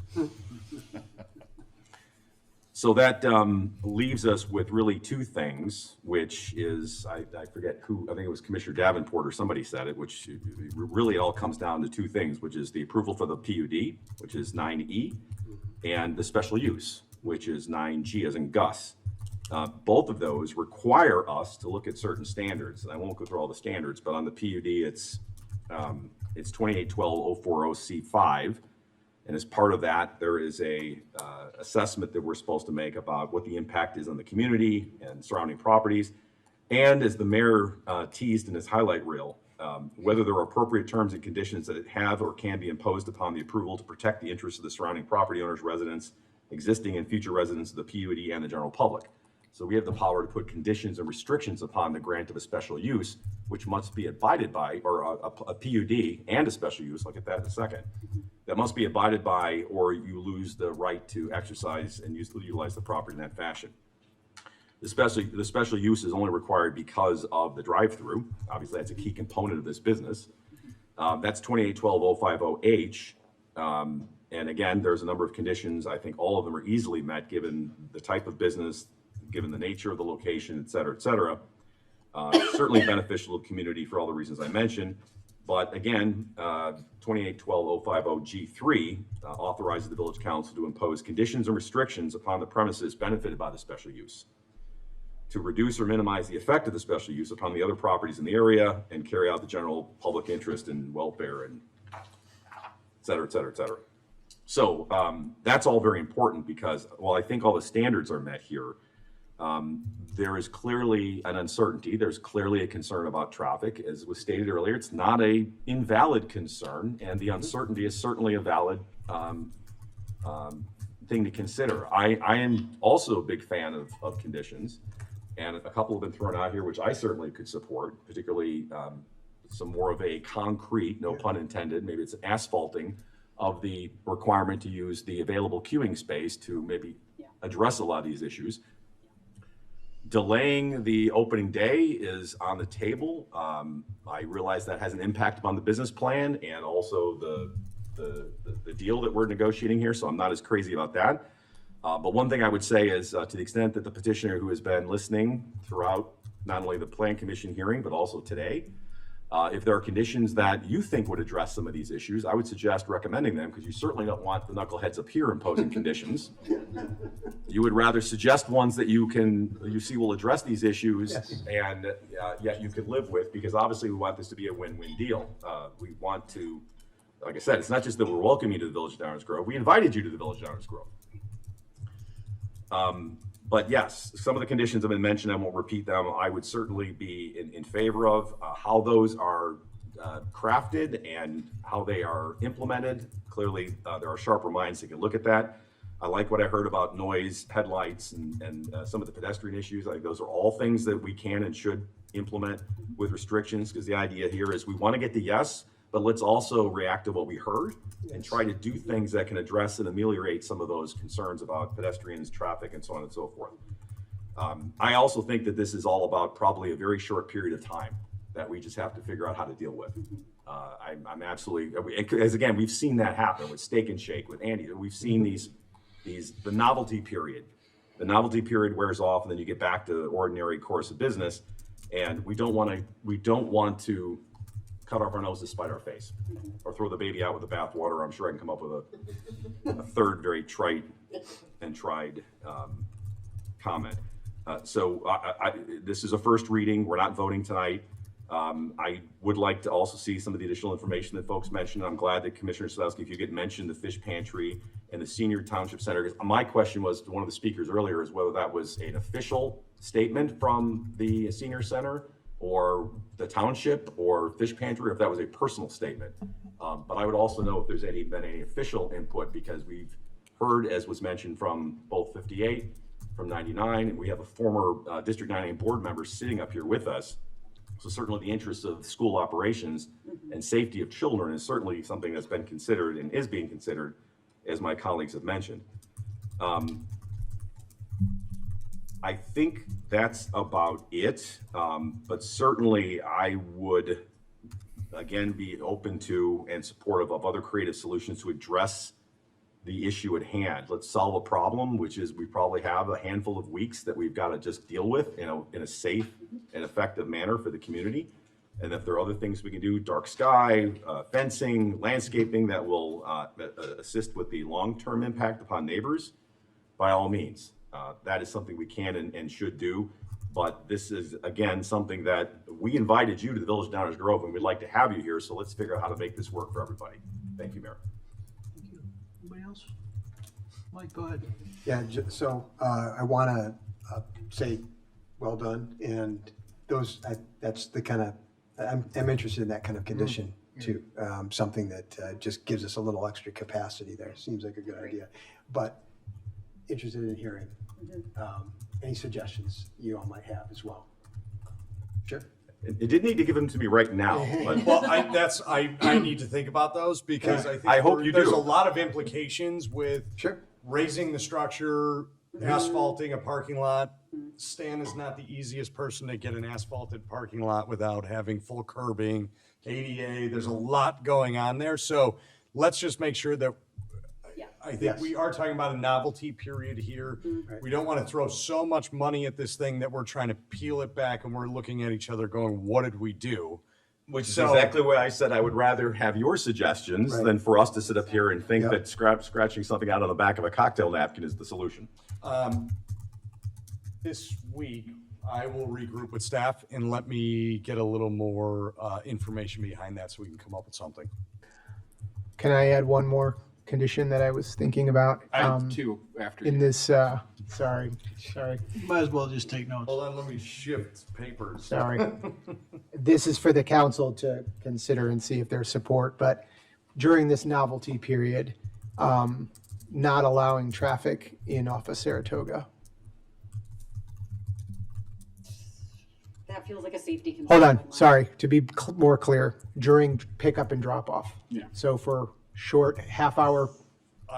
So we have done 3 different traffic mitigation plans. Okay. They all have their own pros and cons to them. Okay. They were mutually agreed upon that we chose the one that has been shown because it is the least impactful across the board. if we need to address that, change that, or moderate from that in short periods of time, that's a different story. I think that's something we can work with staff to kind of convey and figure out. Yeah.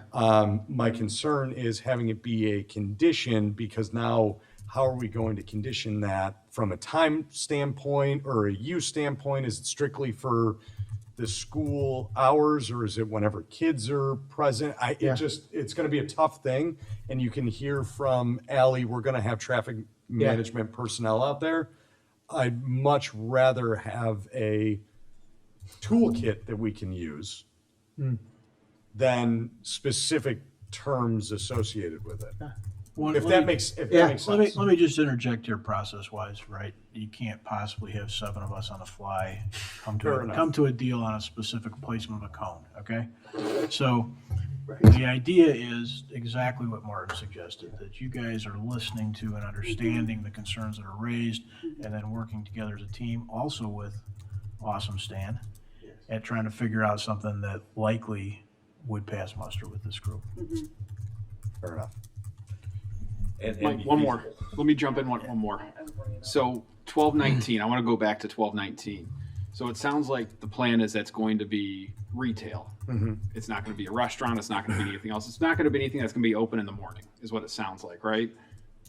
We don't know yet because I haven't. Yeah. We're unable to market it because we don't know the Dutch timeline. So the answer is we don't really know yet. Yeah. So my concern is, in a year, are we looking at another place that's going to be adding traffic in that morning commute to the location? And is that something we can also add a condition on, or that you guys come up with a condition that's flexible so that we're not worried that in a year we've got a building going up with a business going in that's going to add even more traffic to that intersection? So I'm not sure how that would be possible. Again, I'm a caveman, so I'm hoping that you can give me something. I want to be creative. careful about that because I don't want to rule out anything that could be done as a matter of right. Exactly. Yeah. That's Obviously, if there's another special use, then we have to have a special use conversation. Yeah. So that was one of them that I was thinking about. And then it seems like one of the issues too is the alley closing, is what I was gathering from the neighbors. I mean, is there a condition that you guys can agree to not to close the alley when it's not open? Because that's what it sounds like the issue is. Alley's not closing. No, it's not closing. Yeah, okay. Well, There's a required easement. Well, that was the question I had, It'll because still we be keep talking about the easement here, and I'm assuming that means it's open to the public at all times. So staff would like to weigh in on that, right? Please. So the public alley is exactly that. It's open to the public right now. We have a request to vacate it so that the land that's now dedicated to the public alley can be used for on-site circulation. To address concerns about accessibility of neighboring properties, they've agreed to and presented the cross-access agreement. That cross-access agreement is to the benefit of the adjacent property, the dental office we heard about. Which is private. If this council is saying they want that space to be open to the public, you should be not voting to vacate it. Yeah. Right? Because we have that condition now, right? The real question is sort of more functionally and just operationally. Will people cut through a parking lot? Is a question. I'm not going to answer that question, but I think that's the question. Yeah. Right. And you got answers it too. Yeah. Is the agreement, though, it's a private agreement, so it's not tied to anything we're talking about today? It is a requirement of the vacation of the alley. So we play a role directing that the petitioner, as a condition of this approval, will grant cross-access easement. So something recorded and runs with the land. Yeah. So just like the easement that we were dealing with the party house 2 months ago. Yeah, but that was a private one. That's why I'm asking. No, but the issue was vacating an easement there for the use of that property. Same thing. We're going to record an easement here. It's the same but different. We're going to record an easement that's going to run forever. That was in Just place flipping it. beforehand Yep. and Yeah. outside of the scope of the petition request. Exactly. This one is part and parcel. I'm just using this as an example of how it's going to go going forward. Is this Yeah, going yeah, to get yeah. recorded and going to run with the No, land? I understand the concept. I just want to make sure that it's Okay. tied Mike, to the. jump in here. All right, so I want to kind of continue. But also the agreement. So I want to elevate to the access, sorry. want to elevate something that Commissioner Sadowski-Fugit brought up, and that is the residential situation down on Linscott and their ability to go across here to get to Saratoga. And I think this becomes, that property is zoned R6. So that means that in the future, it could be more than, are there two? Are there two residences there? Yeah, I believe I think so. there's two residences there. Yeah. As well as, is there one more to the east? Yeah. If I remember right? So if those properties ever got combined together, there could be some sort of multifamily thing happening here. And access to Saratoga becomes more of an issue. So that, just throwing that out there, that's something that I'm now thinking about a little bit more, thanks to your comment, Commissioner. And then I think I heard, look at, we're worst case scenario, this is like a 6-week grand opening situation. But based on past experience and proximity of other stores, this could actually be something that within a week or two, potentially. So with that in mind, and it looked like a pretty aggressive schedule for the build, such that this was going to be opening in December of this, December 27. No, it's gonna December be 27. No, spring of spring of 27. 27. So the December date is an outside date in the redevelopment agreement that says they have to be done by that time. We usually set those with enough time that if something goes wrong, they're still in compliance with the dates in the redevelopment agreement. So that's an outside date, and then you hear the petitioner talk about a target date for opening. So the target date again, remind me, spring of 20.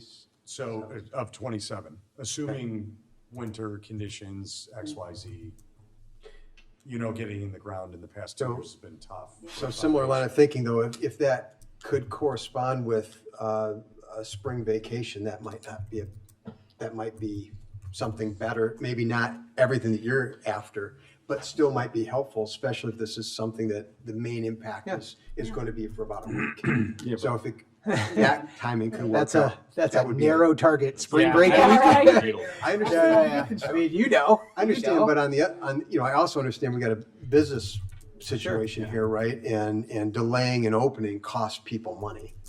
And so that's something. I'll just say, we have a TIF fund that needs some usage. So if that is the case, Well, that's an interesting idea. we do a little bridge, we do, get them to June 5th and. So some conversation there.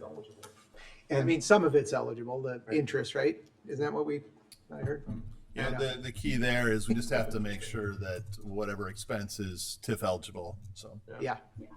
And so last thing is, Commissioner, as a fellow cave bro. Thank you. That was a softball right there. I love it. Yeah, I think we have more than 10 viewers. I think we do too. Yeah. 4 of which are my wife and kids. And my husband is one of them. There you go. Yeah, my husband watches all these, so we've got some firefighters. Oh, excuse me, 5. I had a baby. Hey, that's, Mayor, that's all. Anything else? All right, I've got a couple of things I want to add. I'm not going to repeat my colleagues, but I do want to add some stuff, mainly for the record, for the public. Pulling the thread a little further that Leslie started. Property taxes in Downers Grove. Property taxes in Downers Grove play a big role in whether this community is affordable, attainable, pick whatever choice of words you want to use. They are a huge role. And property taxes in Downers Grove pick up about 20 cents on the dollar or less of continuing to operate the village of Downers Grove. The rest of it comes from economic activity. It's a really important thing to keep in mind. Martin talked about it's been several decades of work focused on that, and that is why. You go across the western suburbs, and you will find Downers Grove to be considered a substantial value. I know, and I say that to people who are paying taxes, they get aggravated because nobody likes paying any taxes. But it is absolutely true that property taxes in Downers Grove are low comparatively in DuPage County, and a huge portion of that is because of the work that Brian Gay and his team do, and this whole village does to encourage and promote economic development. It can't be divorced from these conversations. People say it's all about money. They usually say that in some sort of underhanded way, as Leslie alluded to. It's simply not. It's just simply a fact of reality about our life in Downers Grove. We make people able to stay in Downers Grove, able to stay in their houses in Downers Grove when we have strong economic activity. That's a fact. We have to keep that as part of the conversation. Back to the TIF thing, though, meaning for lack of a better term, a potential resource. I'm personally less interested in the honeymoon period being chaotic. I kind of assume it will be. I'm more concerned with and looking for resolution and solutions and ideas from your team and from others on two subjects. One is diminishing the pain for the residents that live south. I think there are probably more ways to do that. And Leslie alluded to some of it when she talked about dark sky. There were some conversations about lights and sound. That can be done certainly operationally. It can be done equipment-wise. It can also be done landscaping-wise. There are ways to do that more than just an 8-foot stockade. I'd like to see more effort at that. The other thing that makes me very nervous is we have talked, you've heard my colleagues talk about 300 more kids in a grade. We've also talked about whether or not the high school is in session when we were looking at this.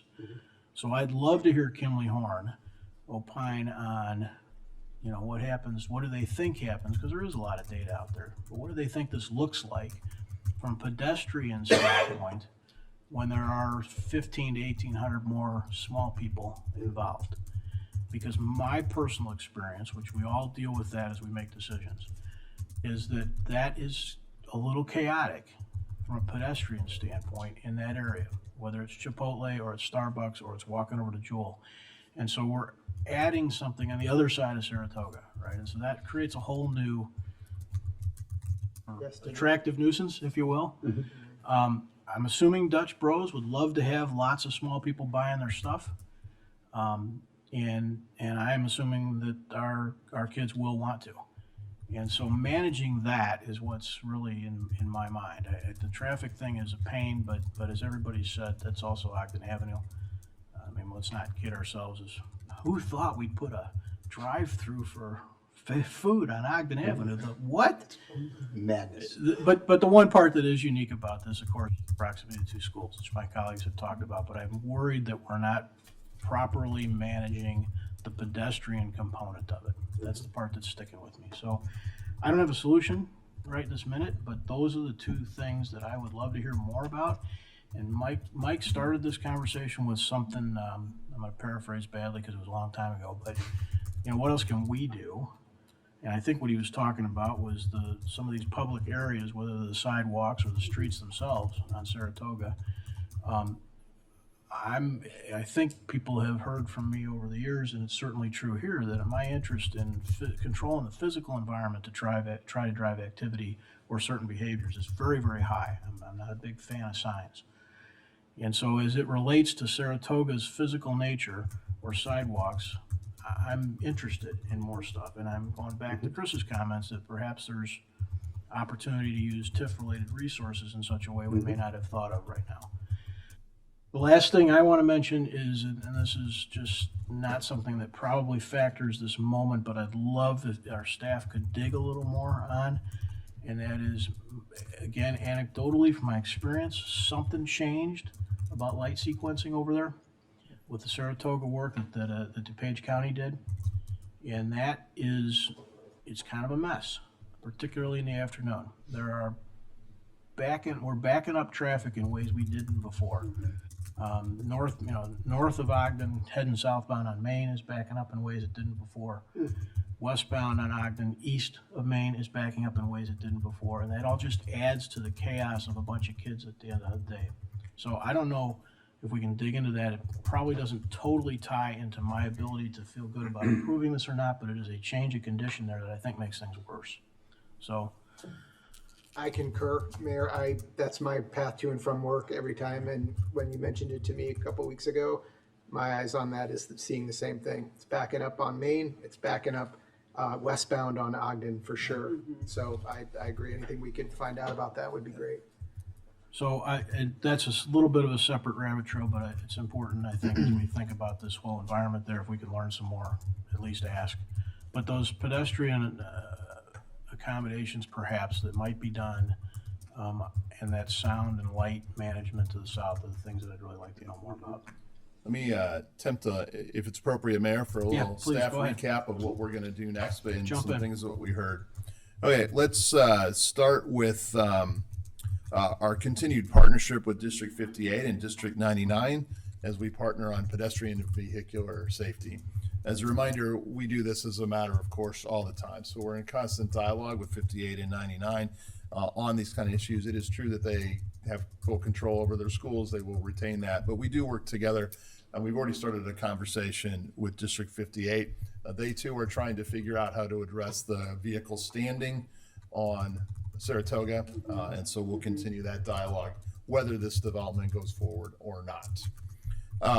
This is really an outgrowth of the 2019 high school pedestrian vehicular safety partnership and study that we did. In fact, you may notice that a couple of years ago, the village constructed additional sidewalks on Saratoga, adding it on the east side near the high school practice field to improve pedestrian safety and accessibility there. Another key component of that was the upgrade of the traffic signals at Saratoga and Ogden and Main and Ogden. Those were done by the Illinois Department of Transportation. That's their street.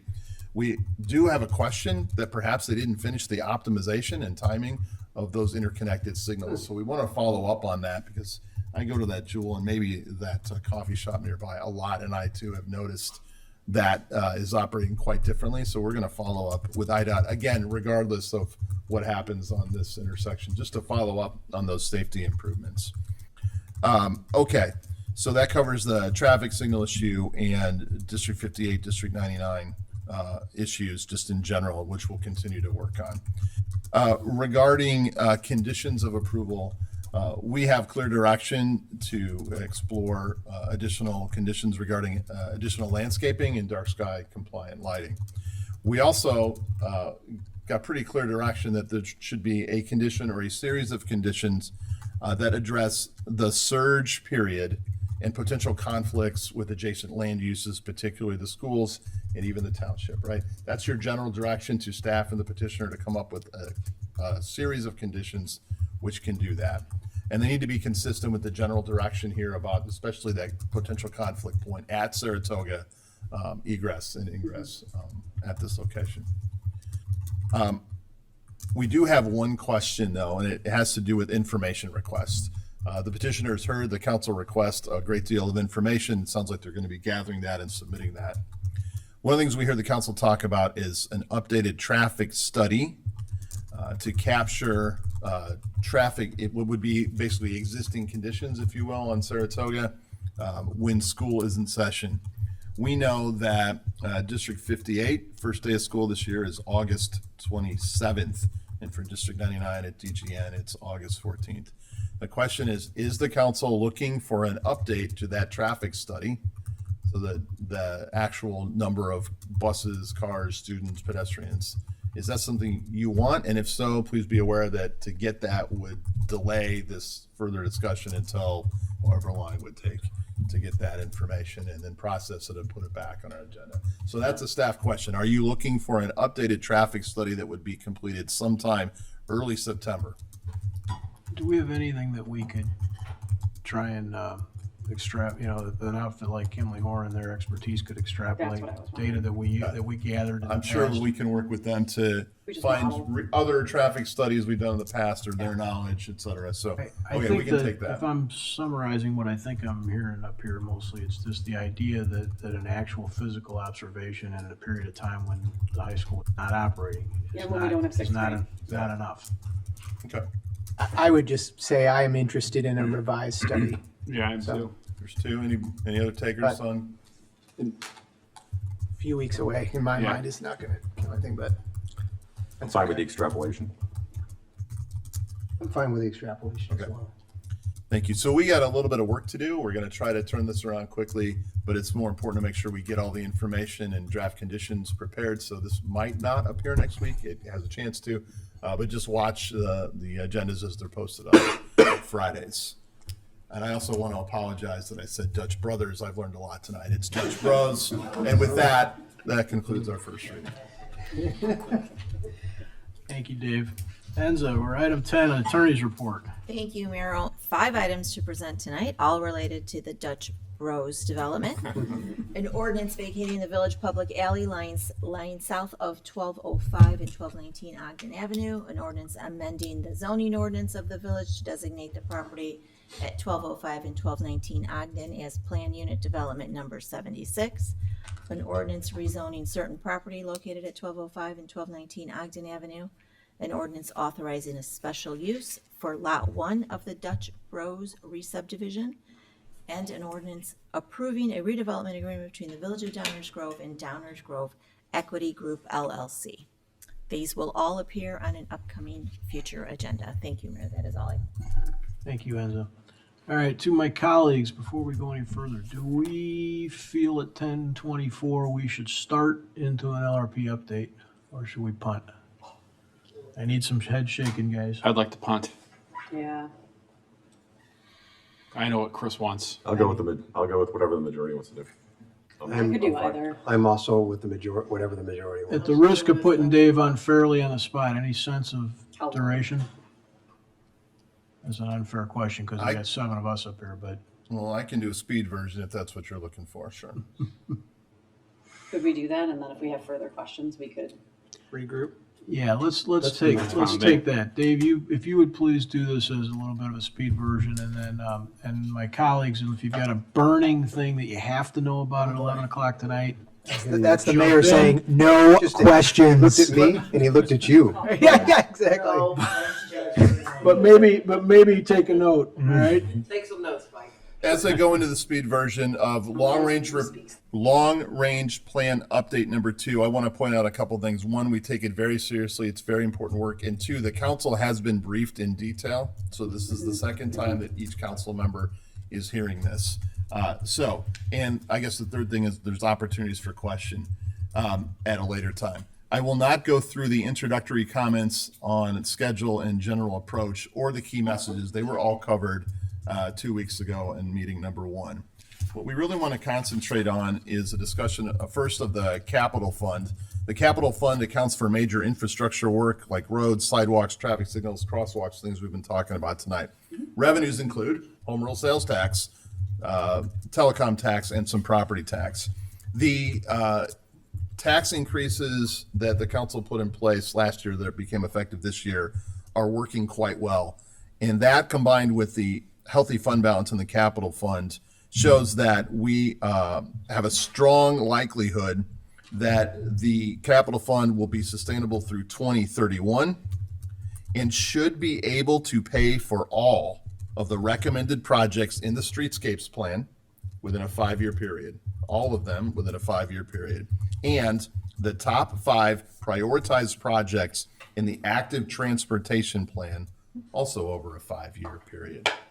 In addition to that, it could provide $200,000 a year in annual funding for the public art program.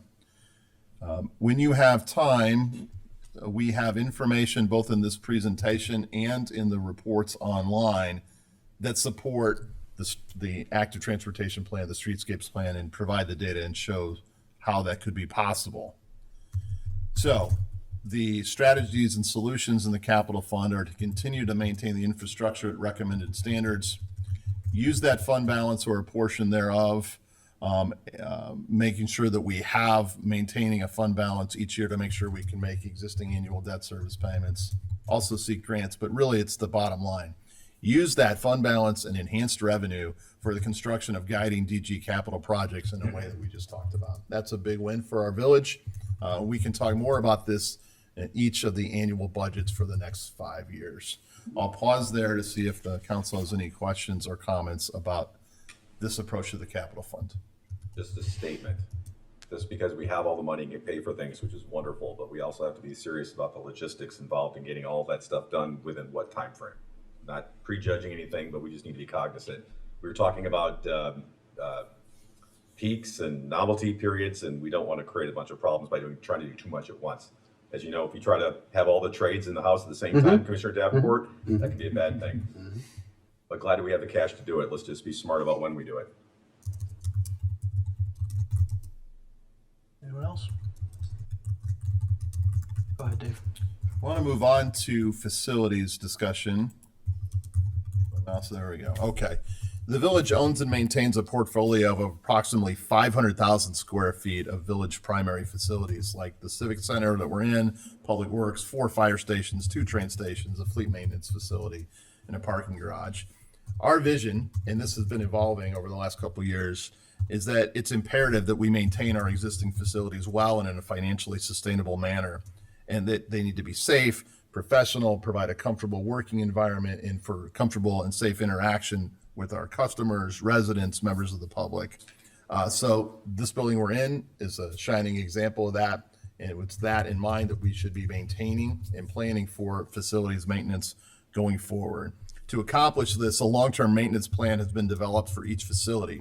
The planning includes a conditions assessment report, which was a priority action item from earlier this year, and identifies the maintenance activities for each of those buildings, which has been summarized in this table. So we're just putting the finishing touches on the facility condition assessment report, and we are now developing the maintenance plan you see here in front of us. The bottom line here, I want to highlight a couple things. One is that we need about $1 million a year on average to effectively maintain these facilities according to that vision. We're currently funding it at about $700,000. We need about $300,000 more. All the things that capital fund can pay for, want to add one more. It also appears to have the ability in a sustainable manner to provide that additional $300,000. That's more good news. So the first takeaway here is we need about $1 million a year. That's about 300 more. We think we're in a position to do so. The second thing is, while all of our buildings are in a maintainable condition, we want to highlight the planned replacement of 2 of those buildings. The first one is the existing Fire Station 3. This is the one up by the hospital on Highland. We think that we should be planning for its replacement in about a 5-year horizon, which means the next council, as part of the next round of long-range planning, should put together a facility plan for that building, much like we did here. What should we build? Where should we build it? How much will it cost? How should we pay for it? And then the other one we just want to put on the radar screen is the Village Vehicle Fleet Building, which is on this Civic Center campus. It too is in a maintainable condition, but frankly, it's not in a desirable location. And in the long term, we should be thinking about replacing it at a different location. So those are the highlights and the key takeaways. We do have a slide on the strategies and solutions. I think I covered it in my comments right there.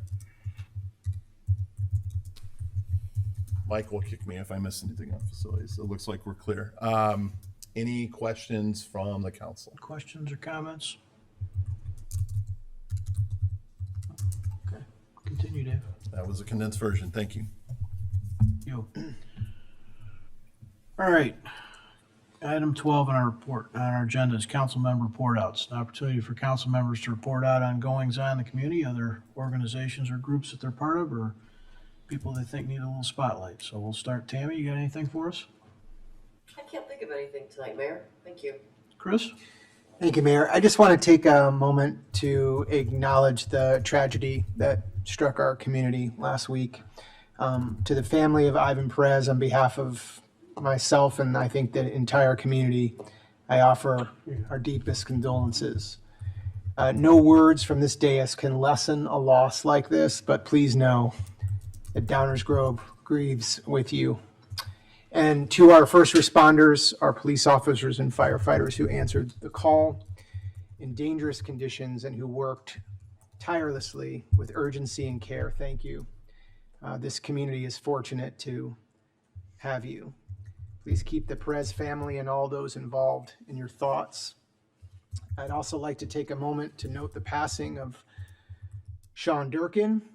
Sean was currently serving as village trustee in Woodridge, but many knew him here from his years of service in our community on this council and with the Rotary Club at Downers and in countless quiet acts of service in between. I didn't serve with Sean, but he was always willing to reach out when a topic piqued his interest. And while I didn't see him that often, when I did, he always had a smile and an interest in how things were going for me as a commissioner. He was definitely someone who gave his time freely and cared deeply about this community. So my condolences go out to his children, Gavin and Avery, and to all who knew and loved him. Thank you, Mayor. Thank you. Martin? Thank you, Mayor. I'm going to echo and not repeat the comments Commissioner Bill Martin just made about the tragic events, not this past Monday, but the Monday before. And also applaud the actions of our first responders in dealing with what was a very difficult situation. And also the way we responded to what was later characterized as an F0 tornado that went through Downers Grove. So fortunately, there wasn't even worse outcomes. The rain that happened then and then not too long thereafter really put our systems to a test. But I will say that to echo the words of our village manager, if this had been 15 years ago, we would probably all be going home tonight in a rowboat.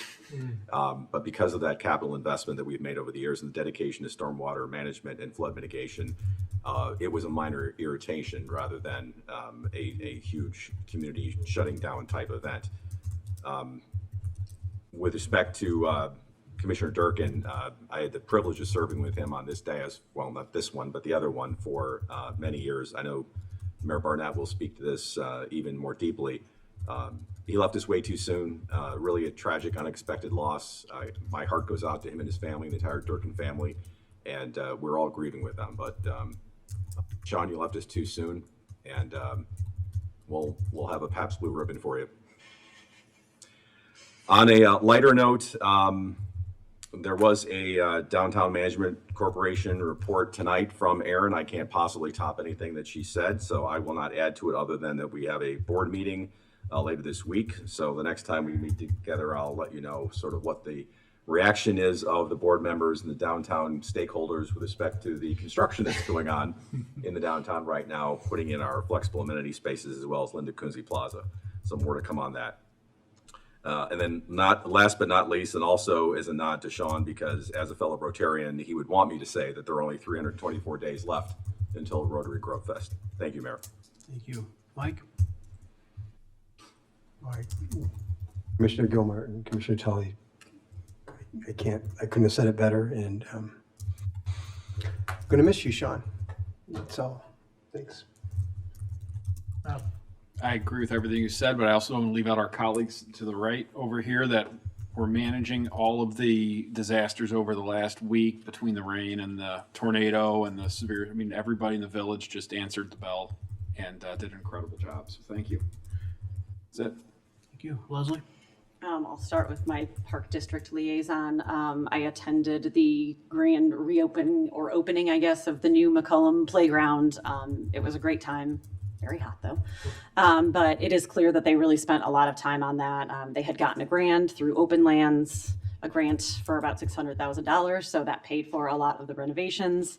And it was packed, but it seemed like the use of the facility went very smoothly, and there was not too much queuing, as we talk about queuing on the playground. And my daughter very much loved the fast slide that a couple of the Park District commissioners mentioned that, actually they tried and took video of it and told me that at some point we all have to try it as well. So Is this going to be like that video of the cop going down Maggie Daly that's rattled around?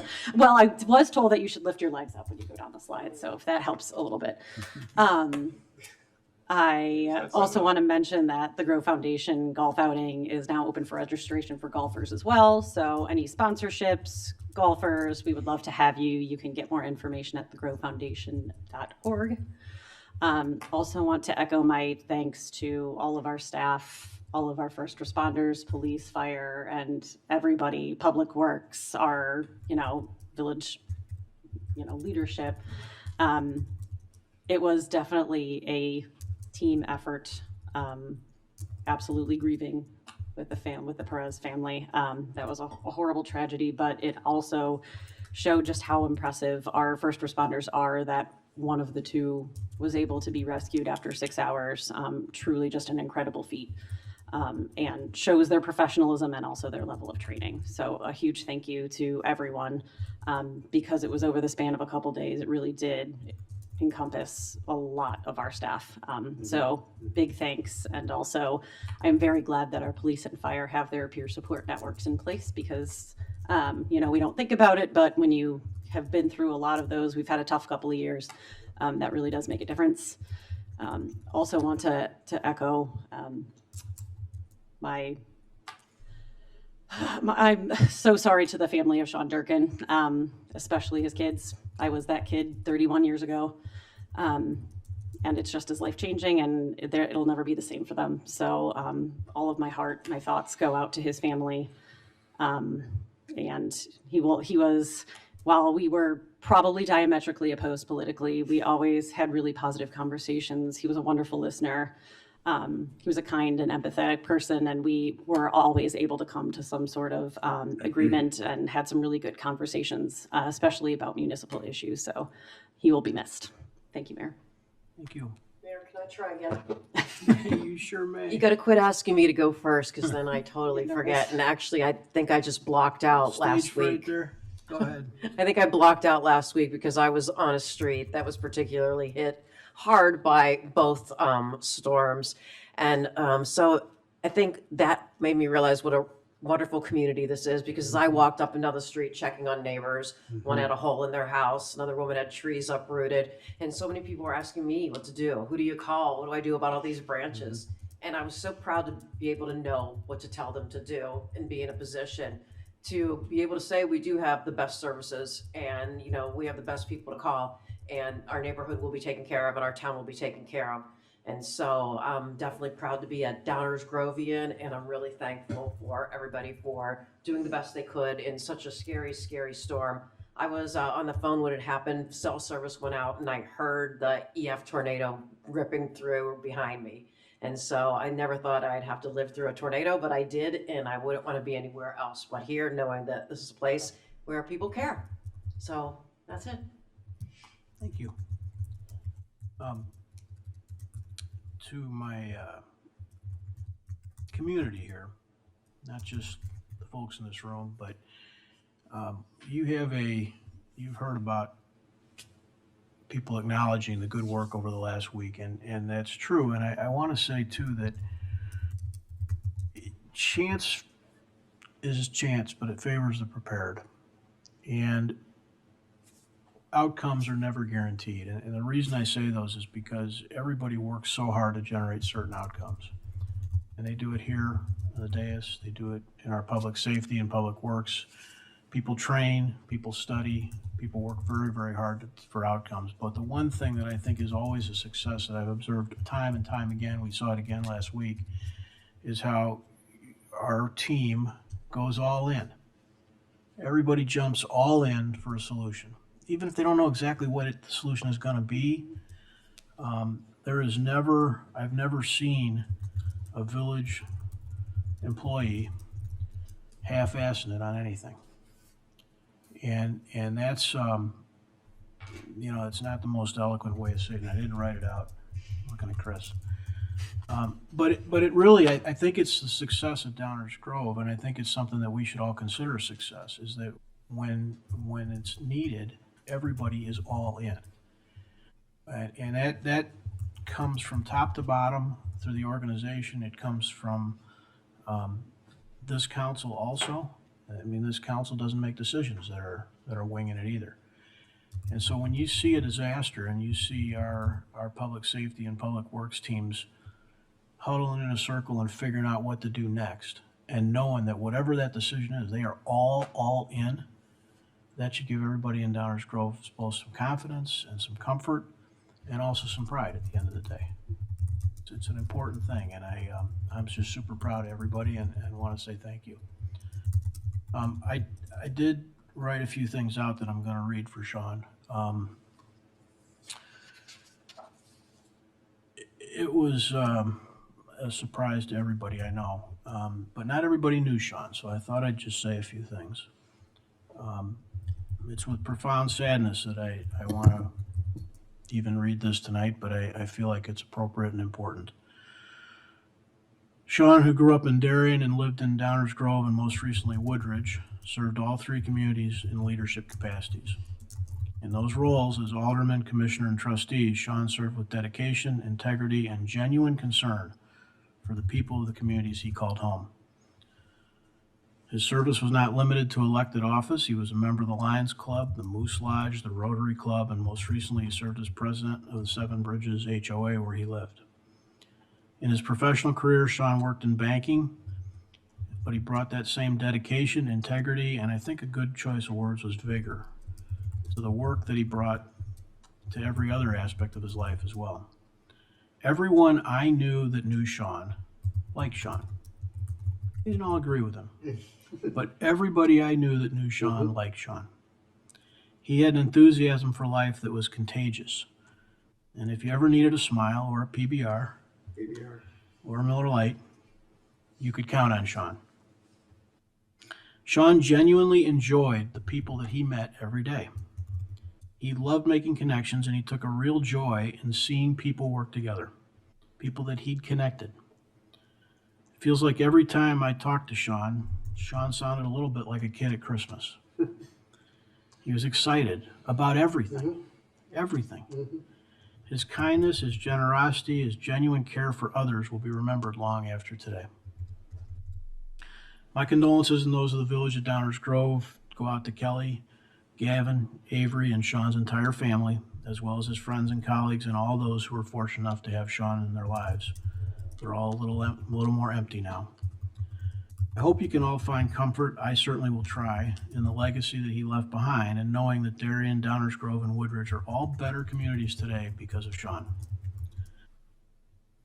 For those that are available, want to celebrate and commemorate a little bit, in honor of Sean's life, there'll be a visitation Thursday, August 6th from 3 to 9 at Modell Funeral Home on Cass Avenue in Darien. Additional visitation will be held at the funeral home on Friday, August 7th from 8:15 to 9 a.m. And then prayers will begin at 9 a.m. followed by a procession to St. Mary of Gaston Church for a 10 a.m. Mass of Christian. Sean and I served the village of Downers Grove and members of this council where he served for over a decade. During that time, he left a powerful and meaningful imprint on our community. Above all, Sean was kind and humble and genuine. And I consider it a privilege to have been able to call him both a colleague and a friend. We will all miss Sean greatly and wish the best for his family. So with that, could we have a motion to adjourn? So moved. Second. All those in favor say aye. Aye. Opposed? We are adjourned. Thank you all, and have a good night.